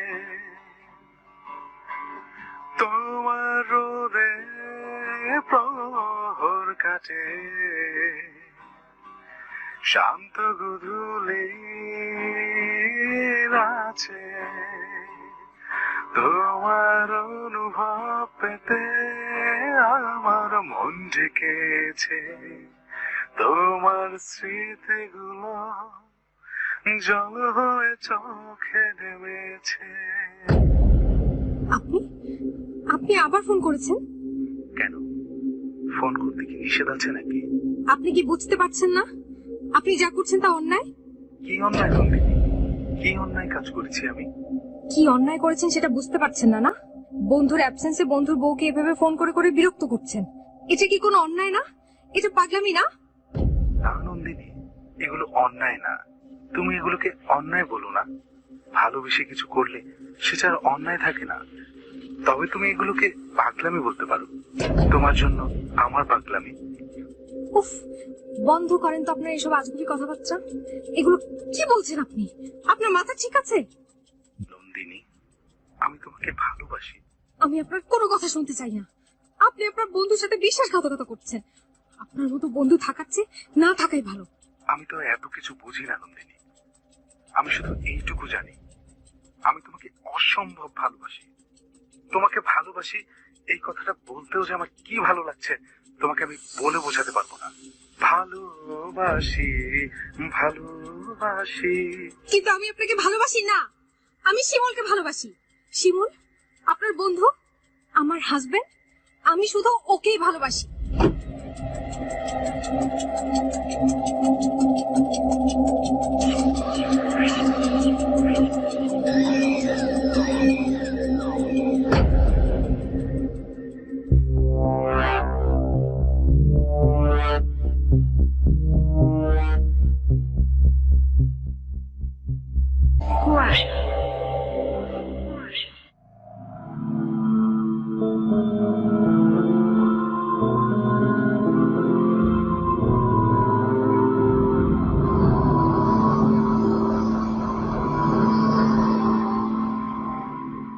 রিসিভার রেখে জোরে জোরে হাঁপাতে থাকে নন্দিনী। ওর বিশ্বাস হয় না যে মানুষ এতটা পাগলামি করতে পারে। নন্দিনীর সহ্যের সীমা ছাড়িয়ে গেছে অর্ণব। কিভাবে বোঝাবে সেটাই বুঝতে পারে না নন্দিনী। সবকিছু যেন তার নাগালের বাইরে চলে যাচ্ছে। এভাবে চলতে থাকলে শিমুল আর অর্ণবের বন্ধুত্ব টেকানোর যে দায় নন্দিনী ঘাড়ে নিয়েছিল তার থেকে বেরিয়ে আসতে হবে। প্রথমে অর্ণবকে হুমকি দিতে হবে যে এরপর যদি সে এমন কিছু করে তবে সে তা শিমুলকে জানিয়ে দেবে। হ্যাঁ, এটাই করতে হবে। আর একটা সুযোগ, আর মাত্র একটা সুযোগ দেবে অর্ণবকে নন্দিনী। ঠিক এমন সময় আবারও টেলিফোন বেজে ওঠে। রিসিভার তুলে চিৎকার দিয়ে ওঠে নন্দিনী। আপনি আবার ফোন করেছেন? আমি তো এর আগে ফোন দেইনি। আমি তো এক্ষুনি এই মাত্র ফোন দিলাম। ও তুমি? কেন, অন্য কারোর ফোন আশা করছিলে নাকি?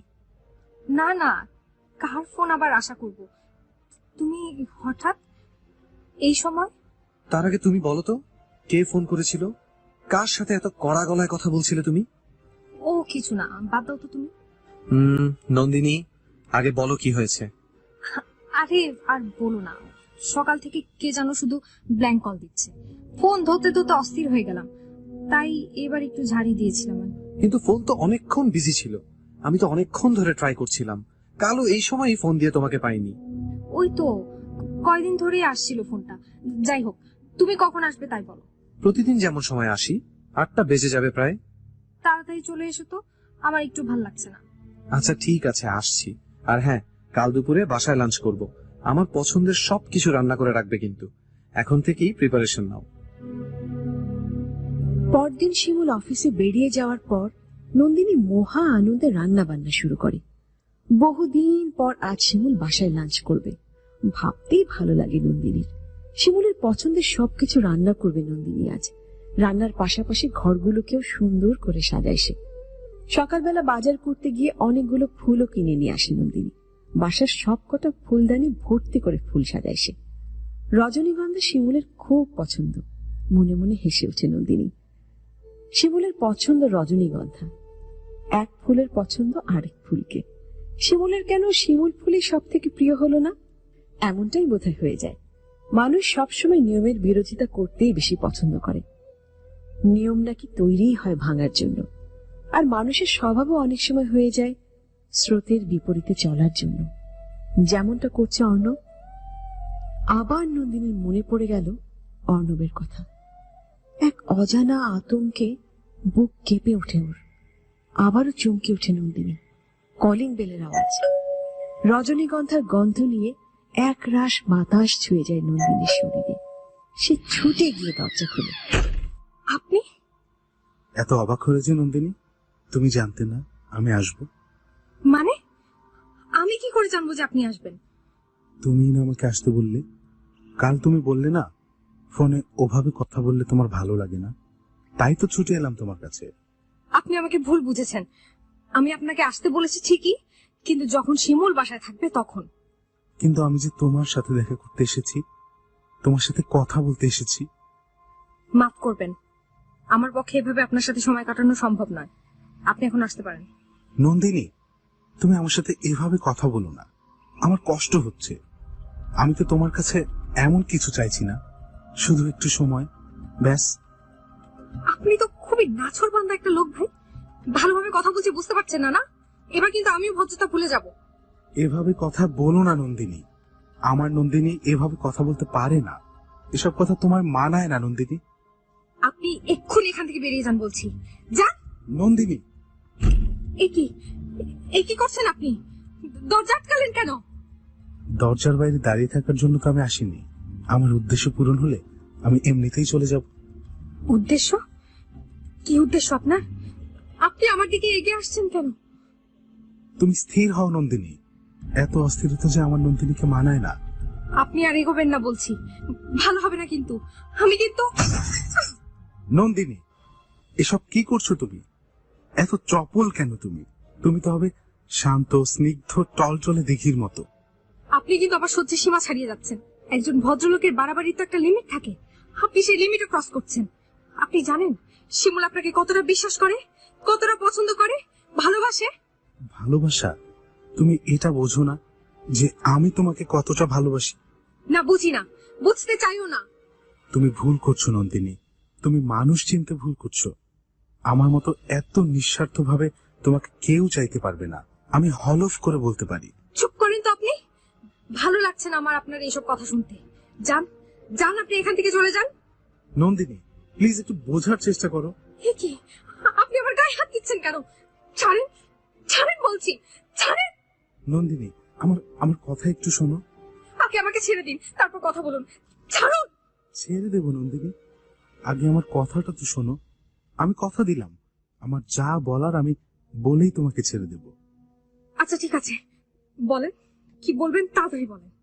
আমি তোমাকে সব ভুলিয়ে দেবো নন্দিনী, সব। তোমাদের বিয়ে হয়েছে 2 মাসও হয়নি। এত অল্প সময়ের মধ্যে কেউ কাউকে এত ভালোবাসতে পারে না। শিমুল খুবই ভালো একটা ছেলে, কিন্তু ওর মধ্যে কোনো রোমান্টিকতা নেই। বিধাতা তোমার মতো সৃষ্টিকে ওর হাতে তুলে দিতে পারেন না। একজন শিল্পী তার সৃষ্ট শিল্পের নান্দনিকতা, সৌন্দর্য পরখ করে দেখতে চায়, আর সেই পরখ করবার অধিকার রাখে কেবলমাত্র আর একজন শিল্পী। বিধাতা তোমাকে কোনো কার্পণ্য ছাড়াই সৃষ্টি করেছেন, তার শিল্পবোধের সবটুকু উজাড় করে দিয়েছেন। আর আমি সেই আরেকজন শিল্পী, যে তোমার সৌন্দর্যের বিশালতা সবকিছু উজাড় করে গ্রহণ করতে প্রস্তুত, শুধু তোমার ধরা দেবার অপেক্ষা। তোমার ভেতরকার নান্দনিকতা বুঝতে শিমুলের মতো মানুষ কখনো পারবে না। আমি পারবো, আমি কেবল পারবো। আমি পারবো তোমার যোগ্য ভালোবাসাটি তোমায় দিতে, তোমার শিমুলকে তোমার মন থেকে খসে পড়া নক্ষত্রের মতো ভুলিয়ে দিতে। আকাশ যেমন করে ভুলে যায় ঠিক তেমন। সত্যি পারবেন তো শিমুলকে আমার জীবন থেকে মুছে দিতে? হ্যাঁ নন্দিনী, পারবো। তুমি দেখো, আমি ঠিকই পারবো। এবার আমার কাছে এসো। এই তো, এই হলো আমার নন্দিনী। আমি আপনার শিমুল, তুমি তুমি এসেছো? দেখো না তোমার এই বন্ধু। শিমুল, তুমি এভাবে তাকাচ্ছ কেন? তুমি কি আমাকে? না শিমুল, তুমি যা ভাবছো তা ঠিক নয়। তুমি ভুল বুঝছো। দেখো আমার হাতে ফুলদানি। আমি ওই লোকটাকে মারার জন্য আমি ওর এত কাছে গিয়েছিলাম। বিশ্বাস করো আমার কথা। কি বলছো নন্দিনী? এখন তুমি আর কাউকে ভয় পেও না। আমি তোমাকে সবকিছু থেকে মুক্তি দিয়ে নিয়ে চলে যাব। কেউ তোমার কিচ্ছু করতে পারবে না। আপনি চুপ করেন তো। আপনার নাটক আমি অনেক সহ্য করেছি। একটা বদ্ধ উন্মাদ কোথাকার। শিমুল, বিশ্বাস করো, ওই লোকটা কয়দিন ধরে আমাকে জ্বালিয়ে মারছে। আমি তোমাকে বলতে চেয়েও বলতে পারিনি। কারণ আমি চাইনি তোমাদের সম্পর্ক নষ্ট হোক। কিন্তু ইনি কোনো কিচ্ছুর পরোয়া না করি তুমি এই লোকটাকে এখান থেকে চলে যেতে বলো শিমুল। আমি সত্যি ওর সাথে ওরকম ঘনিষ্ঠ হতে চাইনি। ওর হাত থেকে মুক্তি পাওয়ার জন্যই আমি ওর কাছে গিয়েছিলাম। শিমুল প্লিজ তুমি ওকে এখান থেকে চলে যেতে বলো। না নন্দিনী, এ কি বলছো তুমি? ওই কয়েক মুহূর্তের সম্পত্তি আছে আমার জীবনে, ওটাকে তুমি মিথ্যে করে দিও না। শুধু এটুকু বলো, ওই সময়টুকু, ওই মুহূর্তটা সত্যি ছিল। না, সব মিথ্যে ছিল, সব মিথ্যে। আপনারা তো শিল্প সাহিত্যের কথা আমি জানি না, শুধু এইটুকু জানি আমি শুধু শিমুলকে ভালোবাসি। আর এই অনুভূতি তৈরির জন্য 2 মাস কেন, 1 সেকেন্ডেরও দরকার হয় না। অর্ণব, তুমি চলে যাও। না, আমি নন্দিনীকে নিয়ে তবেই যাব। অর্ণব, তুমি এখান থেকে চলে যাও বলছি, না হলে আমি কিছুতেই যাব না। অর্ণব!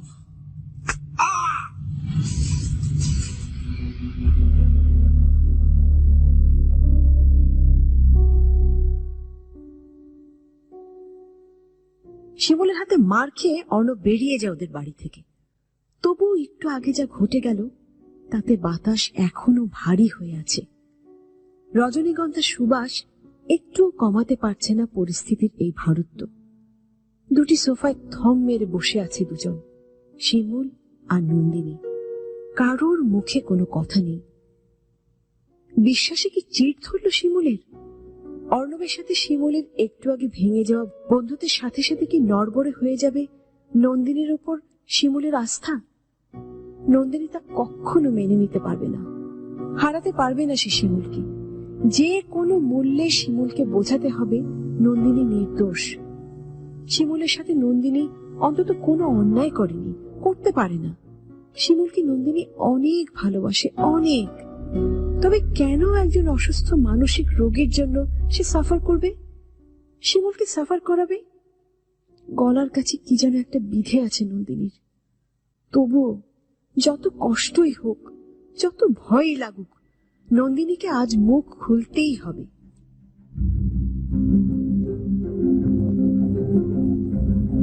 শিমুল, তুমি কি কিছুই বলবে না? এরপর আর কারোর কিছু বলার থাকে কি নন্দিনী? তুমি কি আমাকে অবিশ্বাস করছো শিমুল? কথা বলো, কিছু তো বলো।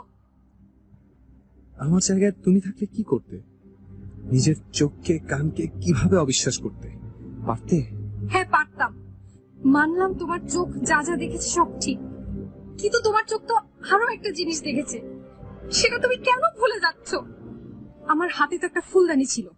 হাতে অত বড় একটা ফুলদানি নিয়ে নিশ্চয়ই কেউ কারোর সাথে ইন্টিমেট হয় না।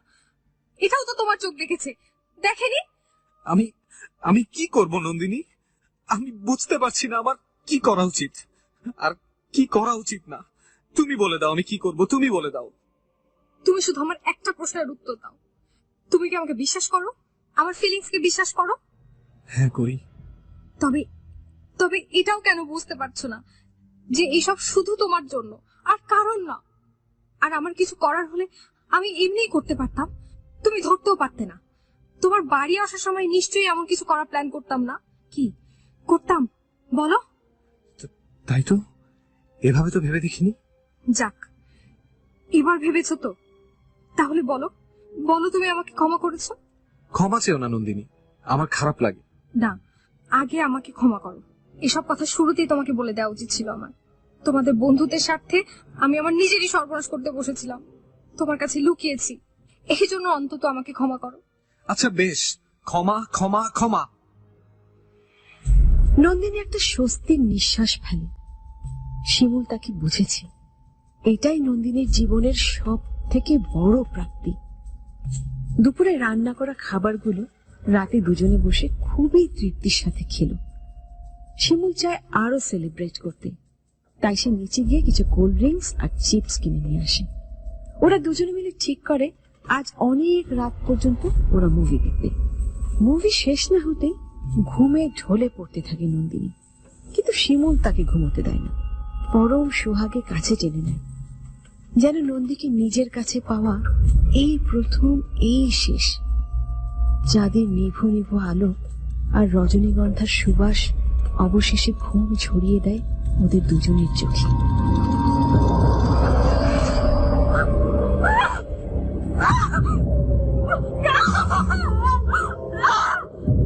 শিমুল, ও পড়ে যাচ্ছে, চলে যাচ্ছে আমার বউ। শিমুল বাঁচাও।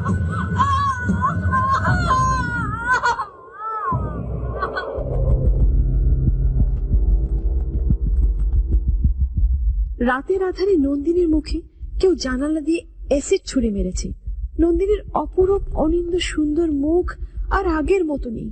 কেউ তাকিয়ে থাকতে পারবে না ওই মুখের দিকে অপলক, বরং ভয়ে কুকড়ে যাবে।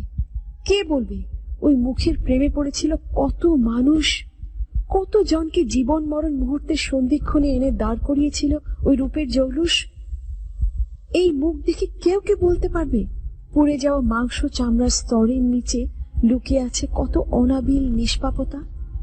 কেউ বলতে পারবে না। এখন থেকে সবাই ঘৃণা করবে এই মুখকে, আর যারা ঘৃণা করবে না তারা করবে করুণা।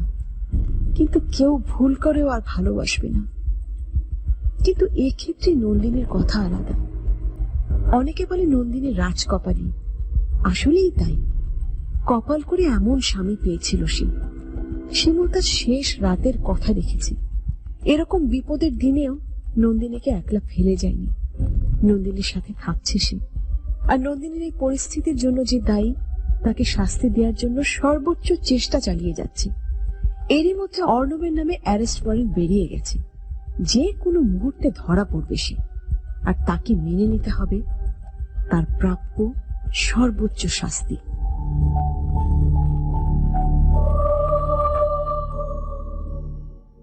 ওভাবে চোখ নামিয়ে দাঁড়িয়ে আছে কেন? আমার মুখের দিকে তাকাতে ভয় করছে না? না নন্দিনী, ভয় কেন করবে? ভয় করবে না? আমার চেহারাটা তো এখন ঝলসে ক্ষত বিক্ষত হয়ে ভৌতিক হয়ে যাওয়ার কথা। তো আমাকে দেখে তো সবার মতো তোমারও ভয় পাওয়ার কথা। পাচ্ছে না তোমার ভয়? না, আমার ভয় করছে না। তোমাকে দেখে কখনোই আমার ভয় পাওয়ার কথা না। আমি ভয় পাবো না। তোমার চেহারা যেমনই হয়ে যাক না কেন, আমি সব সময় তোমাকে আগের মতোই ভালোবেসে যাব। আমার ফিলিংস কোনো বদ্ধ পাগল মানুষের মতো তোমার সৌন্দর্যের সাথে সাথে পরিবর্তিত হয়ে যাবে না। মিথ্যে কেন বলছো শিমুল? এটা কেন বলছো না যে যে তোমারও আমাকে দেখে ভয় করছে? হ্যাঁ, তোমারও মনে হচ্ছে না এখান থেকে ছুটে বেরিয়ে যাই সবার মতো? কিন্তু পারছো না, কারণ কারণ তুমি খুবই ভালো মানুষ। তাই তোমার ভালো মানুষের জন্য আমি আমি তোমার কাছ থেকে করুণা পাচ্ছি। তুমি করুণা করে আমার সাথে আছো এখনো। যাও, চলে যাও তুমি। আমার মতো কুৎসিত মানুষের সাথে তোমাকে থাকতে হবে না। যা বলছি, আমি কিন্তু বলছি তুমি চলে যাও এখান থেকে। আমি কুৎসিত, আমি বিদঘুটে, আমাকে দেখে সবাই ভয় পায়। আর না হলে করুণার দৃষ্টিতে দেখে। তুমি চলে যাও এখান থেকে। নন্দিনী, চলে যাও। নন্দিনী শান্ত হও। চলে যাও। আমি কে আছেন? সিস্টার, ডক্টর, কে আছেন? প্লিজ একটু এদিকে আসেন। নন্দিনী শান্ত হও। নন্দিনী,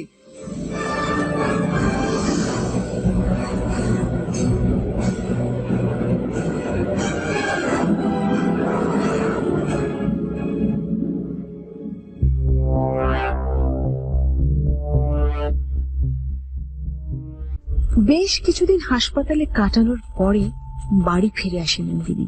এইবারে সবকিছু জুড়ে মেখে আছে সেই বিভীষিকাময় স্মৃতি। সেই বাড়ি, সেই ঘর, সেই বিছানা। উফ, কি যন্ত্রণা মুখে, সারা শরীরে। এই ঘরে, এই বিছানায়, ওই জানালায়। শিমুলকে বললে হয়তো শিমুল বাসা বদলাতে রাজি হয়ে যাবে, কিন্তু নন্দিনী তা বলবে না। আর কত কিছু ত্যাগ করবে শিমুল নন্দিনীর জন্য। এই বাসা তো শিমুলের বাবা মায়ের বাসা। এই বাসা থেকে বঞ্চিত করতে পারবে না নন্দিনী শিমুলকে। কিছুদিন থাকতে থাকতে নন্দিনী নিজেই অভ্যস্ত হয়ে পড়বে। এমন সময় হন্তদন্ত হয়ে ঘরে ঢুকে শিমুল। নন্দিনী, নন্দিনী, অনব সুইসাইড করেছে।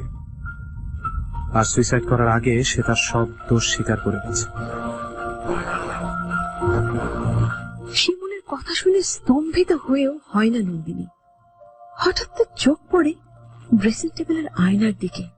নিজের ঝলসানে কুষ্টি চেহারা দেখে আটকে ওঠে না নন্দিনী। মুখের সাথে সাথে তার মনও বোধহয় কলুষিত হয়ে গেছে। একটা মৃত্যুর সংবাদে নন্দিনীর ঝলসানো মুখে ফুটে উঠেছে এক ঝলক হাসির রেখা।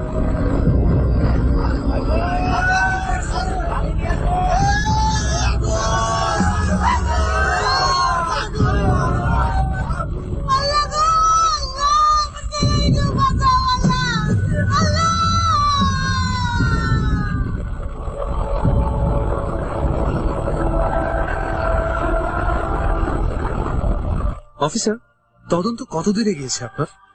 তদন্ত আর এগোবে কত দূর বলেন? আসামি তো নিজেই নিজের ঘাড়ে শাস্তি নিয়ে নিয়েছে।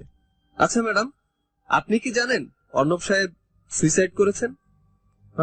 হ্যাঁ, ও জানে, আমি ওকে জানিয়েছি। কিন্তু এখন নতুন কিছু সমস্যা দেখা দিয়েছে এই কেসে। অ্যাসিডটা আসলেই অর্ণব সাহেব মেরেছেন কিনা সেটা নিয়ে একটা প্রশ্ন দেখা দিয়েছে। মানে এই বিষয়ে সন্দেহ কি আছে যে অ্যাসিড অর্ণব মানেনি? আপনি তো সবই জানেন অফিসার। কিন্তু আপনার উপর যখন হামলা করা হয় তখন অর্ণব সাহেব একটা বারে ছিলেন, আর সেখান থেকে আমরা ভিডিও ফুটেজও সংগ্রহ করে মিলিয়ে দেখছি উনি আসলে ওখানেই ছিলেন। আচ্ছা, এমনও তো হতে পারে ও নিজে কাজটা না করে অন্য কাউকে দিয়ে কাজটা করিয়েছে। হ্যাঁ, সেটিও আমরা একেবারে উড়িয়ে দিচ্ছি না, কিন্তু তারপরও আমার কেন যেন মনে হচ্ছে এই হামলার পেছনে অন্য কারোর হাত আছে। আচ্ছা, আপনারা বলুন তো, আপনাদের কি কোনো শত্রু আছে অর্ণব সাহেব ছাড়া? আমাদের আর কোনো শত্রু কোত্থেকে আসবে? আমাদের বিয়েই তো হয়েছে মাত্র 2 মাস। আর শিমুলের কোনো শত্রু থাকতেই পারে না। ওর ভালো মানুষের জন্য ওকে আর আমাকে কষ্ট ভোগ করতে হচ্ছে। ও অনেক বেশি সরল, ওর কোনো শত্রু থাকতে পারে না। তাহলে বিয়ের আগে এমন কেউ কি ছিল যে আপনাকে উত্তক্ত করত?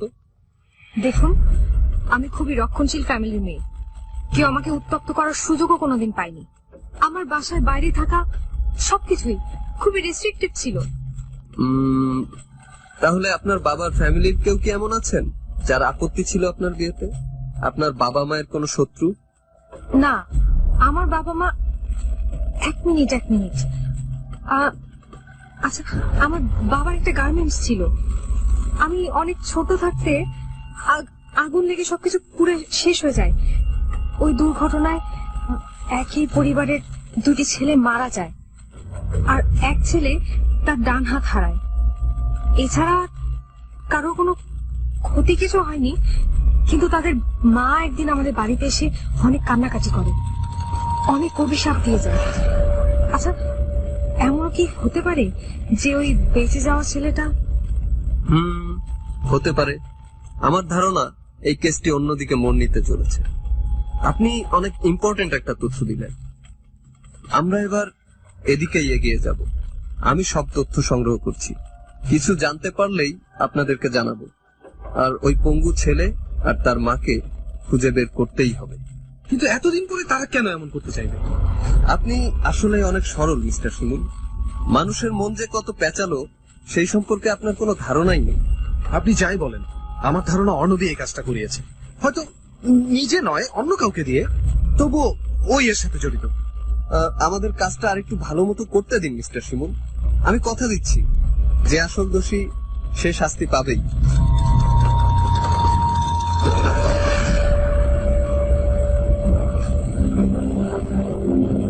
পুলিশের আশঙ্কা অর্ণব ছাড়াও এই হামলায় অন্য কেউ জড়িত থাকতে পারে। কিন্তু কে বা এমন ক্ষতি করবে নন্দিনীর? এই দুর্ঘটনার পর থেকে নন্দিনীর রাতে ঠিক মতো ঘুম হয় না। সব সময় এক অজানা আতঙ্ক ছেয়ে থাকে নন্দিনীর মনে। কিছুই তো হারাবার আর বাকি নেই তার, তবে কিসের এই আতঙ্ক নন্দিনী বুঝে উঠতে পারে না। ডাক্তার নতুন ঘুমের ওষুধ দিয়েছে। যদি আজকে ঘুম হয় তার, মাঝরাতে হঠাৎ ঘুম ভেঙে যায় নন্দিনীর। তারপর সবকিছু কেমন যেন ঝাপসা ঝাপসা মনে হয় তার কাছে। অস্পষ্ট দৃষ্টিতেই দেখতে পায় নন্দিনী বারান্দার থাই গ্লাস খুলে কেউ ভেতরে আসছে। কেউ না, কয়েকজন। হ্যাঁ, ঠিক 3 জন। 3 জন ছেলে মানুষ খুবই ধীর পায়ে ছায়ার মতো ওদের ঘরে এসে ঢুকলো। শিমুলের পাশে এসে দাঁড়ালো ওরা। 3 জনের মধ্য থেকে একজন বিছানার উপর উঠছে। শিমুলকে টপকে নন্দিনীর শরীরে দুপাশে পা দিয়ে দাঁড়ায়। নন্দিনী চিৎকার করার শক্তিও হারিয়ে ফেলেছে। কি করবে বুঝে উঠতে পারছে না। যে এতক্ষণ নন্দিনীর শরীরের উপর দাঁড়িয়েছিল সে আবার নন্দিনীকে টপকে নন্দিনীর পাশের মেঝেতে এসে বসে। মুখে হাত দিয়ে এক দৃষ্টিতে তাকিয়ে আছে সেই ছায়ামূর্তি। ভয়ার্ত চোখে নন্দিনী তাকিয়ে আছে তারই দিকে, চেনার চেষ্টা করছে, মেলানোর চেষ্টা করছে অর্ণবের মুখের সাথে এই ছায়ামূর্তির মুখ। মিলছে না, কিছুতেই মিলছে না। হঠাৎ নন্দিনীর চোখ যায় অন্য দুটি ছায়ামূর্তির উপর। এখন তাদের হাতে কোদাল দেখা যাচ্ছে। ওরা ওদের হাতে কোদাল উঁচু করে ধরেছে। সেই কোদালের লক্ষ্য শিমুলের শরীর। যেই ওই ছায়ামূর্তি শিমুলের শরীরে কোপ বসাতে যাবে, ঠিক তখনই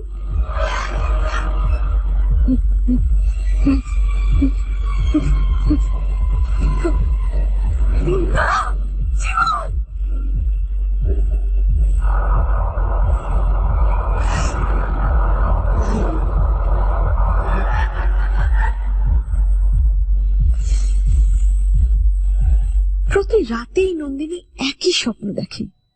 শিমুল ডেইলি ওকে নিয়ে নতুন নতুন ডাক্তারের কাছে যায়, আর মনে মনে হাসে নন্দিনী। Doctor, দুঃস্বপ্নের doctor. কোনো ওষুধেই কাজ হয় না। আর ঘুমাতে পারে না নন্দিনী। আর প্রতি রাতেই ভাবে আজ দুঃস্বপ্নের শুরুতেই ডেকে তুলবে শিমুলকে, কিন্তু গলা দিয়ে আওয়াজই বের করতে পারে না। নন্দিনী প্রাণপণ চেষ্টা চালিয়ে যায়, কিন্তু পারে না। আবারও রাত ঘনিয়ে এসেছে। সবাই ঘুমে বিভোর। যথারীতি ঘুম ভেঙে যায় নন্দিনী। শরীর আর মনের সর্বোচ্চ শক্তি গলার কাছে ঠেলে বের করে নিয়ে আসে সে। অবশেষে সেই বহু প্রতীক্ষিত আত্মধূম।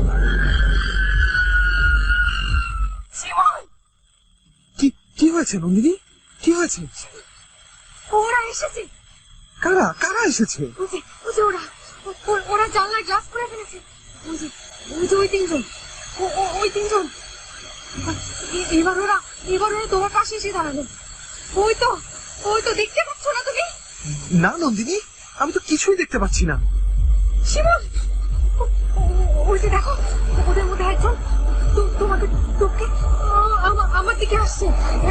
হ্যাঁ, দেখো দেখো, তুমি দেখতে পাচ্ছ না? ওই যে আবার ওই ছায়াটা এবার আমার শরীরের উপরে এসে দাঁড়িয়েছে। শিমুল আমাকে বাঁচাও, শিমুল আমাকে বাঁচাও। নন্দিনী, এসব কি বলছো তুমি? কি দেখো না শিমুল, দেখো ছায়াটা আমার কাছাকাছি চলে এসেছে। ওকে তুমি সরাচ্ছ না কেন শিমুল? ওকে সরাও। কেউ নেই নন্দিনী, কোথাও কেউ নেই। তুমি ভুল দেখছো। তুমি দেখো না ছায়াটা কিভাবে যেন আমাকে দেখছে। আমাকে বাঁচাও শিমুল, আমাকে বাঁচাও। তোমাকে কেউ দেখছে না, তোমাকে কেউ দেখছে না নন্দিনী। একটু স্বাভাবিক হও নন্দিনী, প্লিজ। না শিমুল, দেখো বাকি দুটা ছায়া তোমাকে ঘিরে ধরেছে। তোমাকে ওরা মেরে ফেলবে।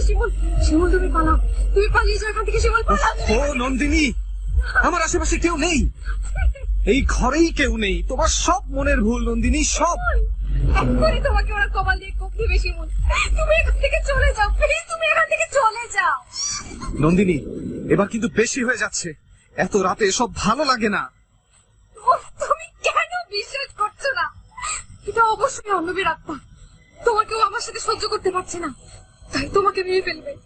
আমাকে ও শেষ করে দিয়েছে। আমার মুখ অ্যাসিড দিয়ে ঝলসে দিয়েছে। ও তোমাকেও শেষ করে দিবে, তুমি দেখো, ঠিক তোমাকে শেষ করে দিবে। না না, তোমরা মেরো না, প্লিজ তোমরা ওকে মেরো না।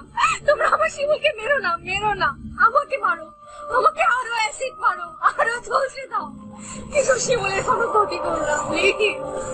তোমরা আমাকে শেষ করে দাও, আমাকে শেষ করে দাও। তুমি আমাকে আরো মারো। নন্দিনী, অর্ণব তোমাকে অ্যাসিড মারেনি, আমি মেরেছি অ্যাসিড তোমাকে।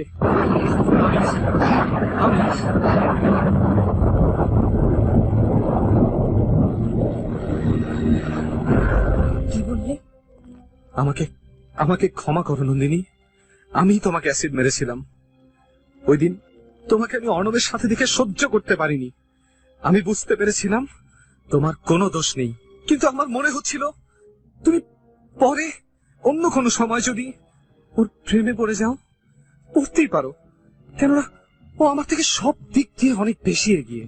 দেখতে ভালো, অনেক বড় লোক, এত গুণ ওর। তোমার মর্যাদা আসলে শুধু ওই বুঝতে পারে। তাই তোমার যদি কোনো সময় আফসোস হয় আর তখন যদি তুমি আমাকে ফেলে চলে যাও, আমি পারতাম না তোমাকে হারাতে। তোমাকে ছাড়া আমি থাকতে পারবো না। আর তাই আমি তোমাকে অ্যাসিড মেরেছিলাম, যাতে করে কেউ কোনোদিন তোমার দিকে না তাকায়। আমি ছাড়া আর কেউ যাতে তোমাকে ভালো না বাসে। আমাকে ক্ষমা করে দাও নন্দিনী, দেবে তো? আমায় ক্ষমা করে দেবে তো? কথা বলো নন্দিনী, আমাকে ক্ষমা করবে তো? আমি যা করেছি তোমার সাথে একসাথে থাকার জন্য করেছি, আমাদের দুজনের কথা ভেবে করেছি। তুমি থাকবে তো আমার সাথে? আমাকে ছেড়ে যাবে না তো? আমি তোমায় ক্ষমা করলাম শিমুল। আমারও মনে হয় তুমি যা করেছো ভালোই করেছো, এতে আমাদের মঙ্গলই হয়েছে। তবে আমরা সবকিছু ভুলে একেবারে স্বাভাবিকভাবে সবকিছু শুরু করি, যেন কোনো দিন কিছুই হয়নি। আমি কখনো তোমাকে ছেড়ে যাব না, আমি কথা দিচ্ছি। তুমি থাকবে তো নন্দিনী? তুমি থাকবে তো আমার সাথে? থাকবো, কথা দিলাম। নন্দিনী মাফ করে দেয় শিমুলকে, ঠিক যেভাবে শিমুল নন্দিনীকে মাফ করে দিয়েছিল ঠিক সেভাবে নন্দিনীকে ক্ষমা করেছিল শিমুল। কিন্তু যাকে ক্ষমা করেনি তার অন্যায় শাস্তি পেয়েছে নন্দিনী। অর্ণব হয়তো তাকে সত্যিই ভালোবেসেছিল, তাই সে চেয়েছিল অর্ণবকে মরতে দেখে যদি নন্দিনী শান্তি পায়।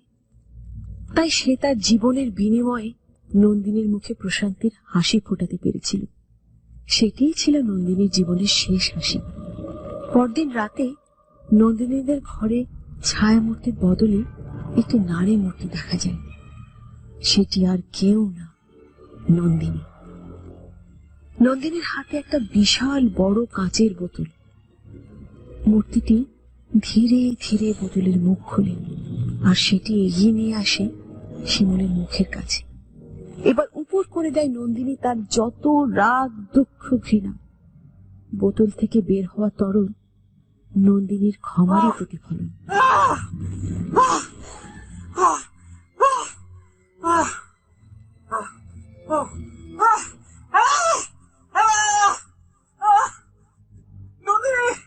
নন্দিনী, এটা কি করো তুমি?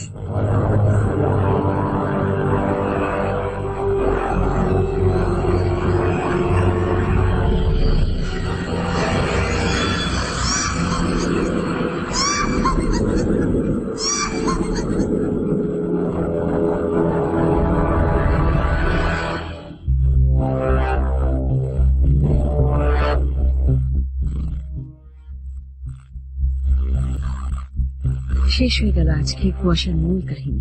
এখানে শুরুতে বলেছিলাম খুবই মর্মস্পর্শী কাহিনী আজকের। ভয় ছিল অবশ্যই, কিন্তু ভয়ের পাশাপাশি যেটা ছিল অসম্ভব মর্মস্পর্শী কাহিনী। এরকম ঘটনা যেন কারো জীবনে না ঘটে। একজন জিজ্ঞেস করে লিখে পাঠিয়েছিলেন, জিজ্ঞেস করেছিল যে এটা সত্যি কাহিনী কিনা।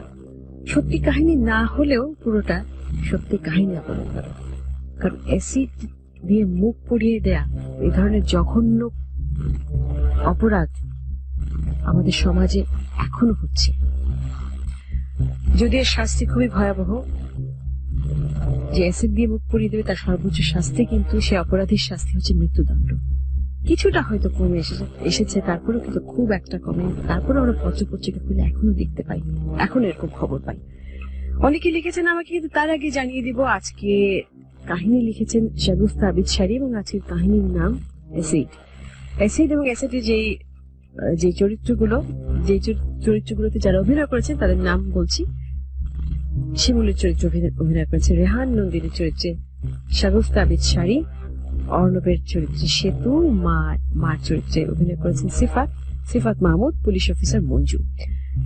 এবং আজকের কাহিনী নাট্যরূপ এবং নাট্যাংশ পরিচালনাও শাগুফতা আবিদ শাড়ি করেছেন এবং সাউন্ডে ছিলেন রনি।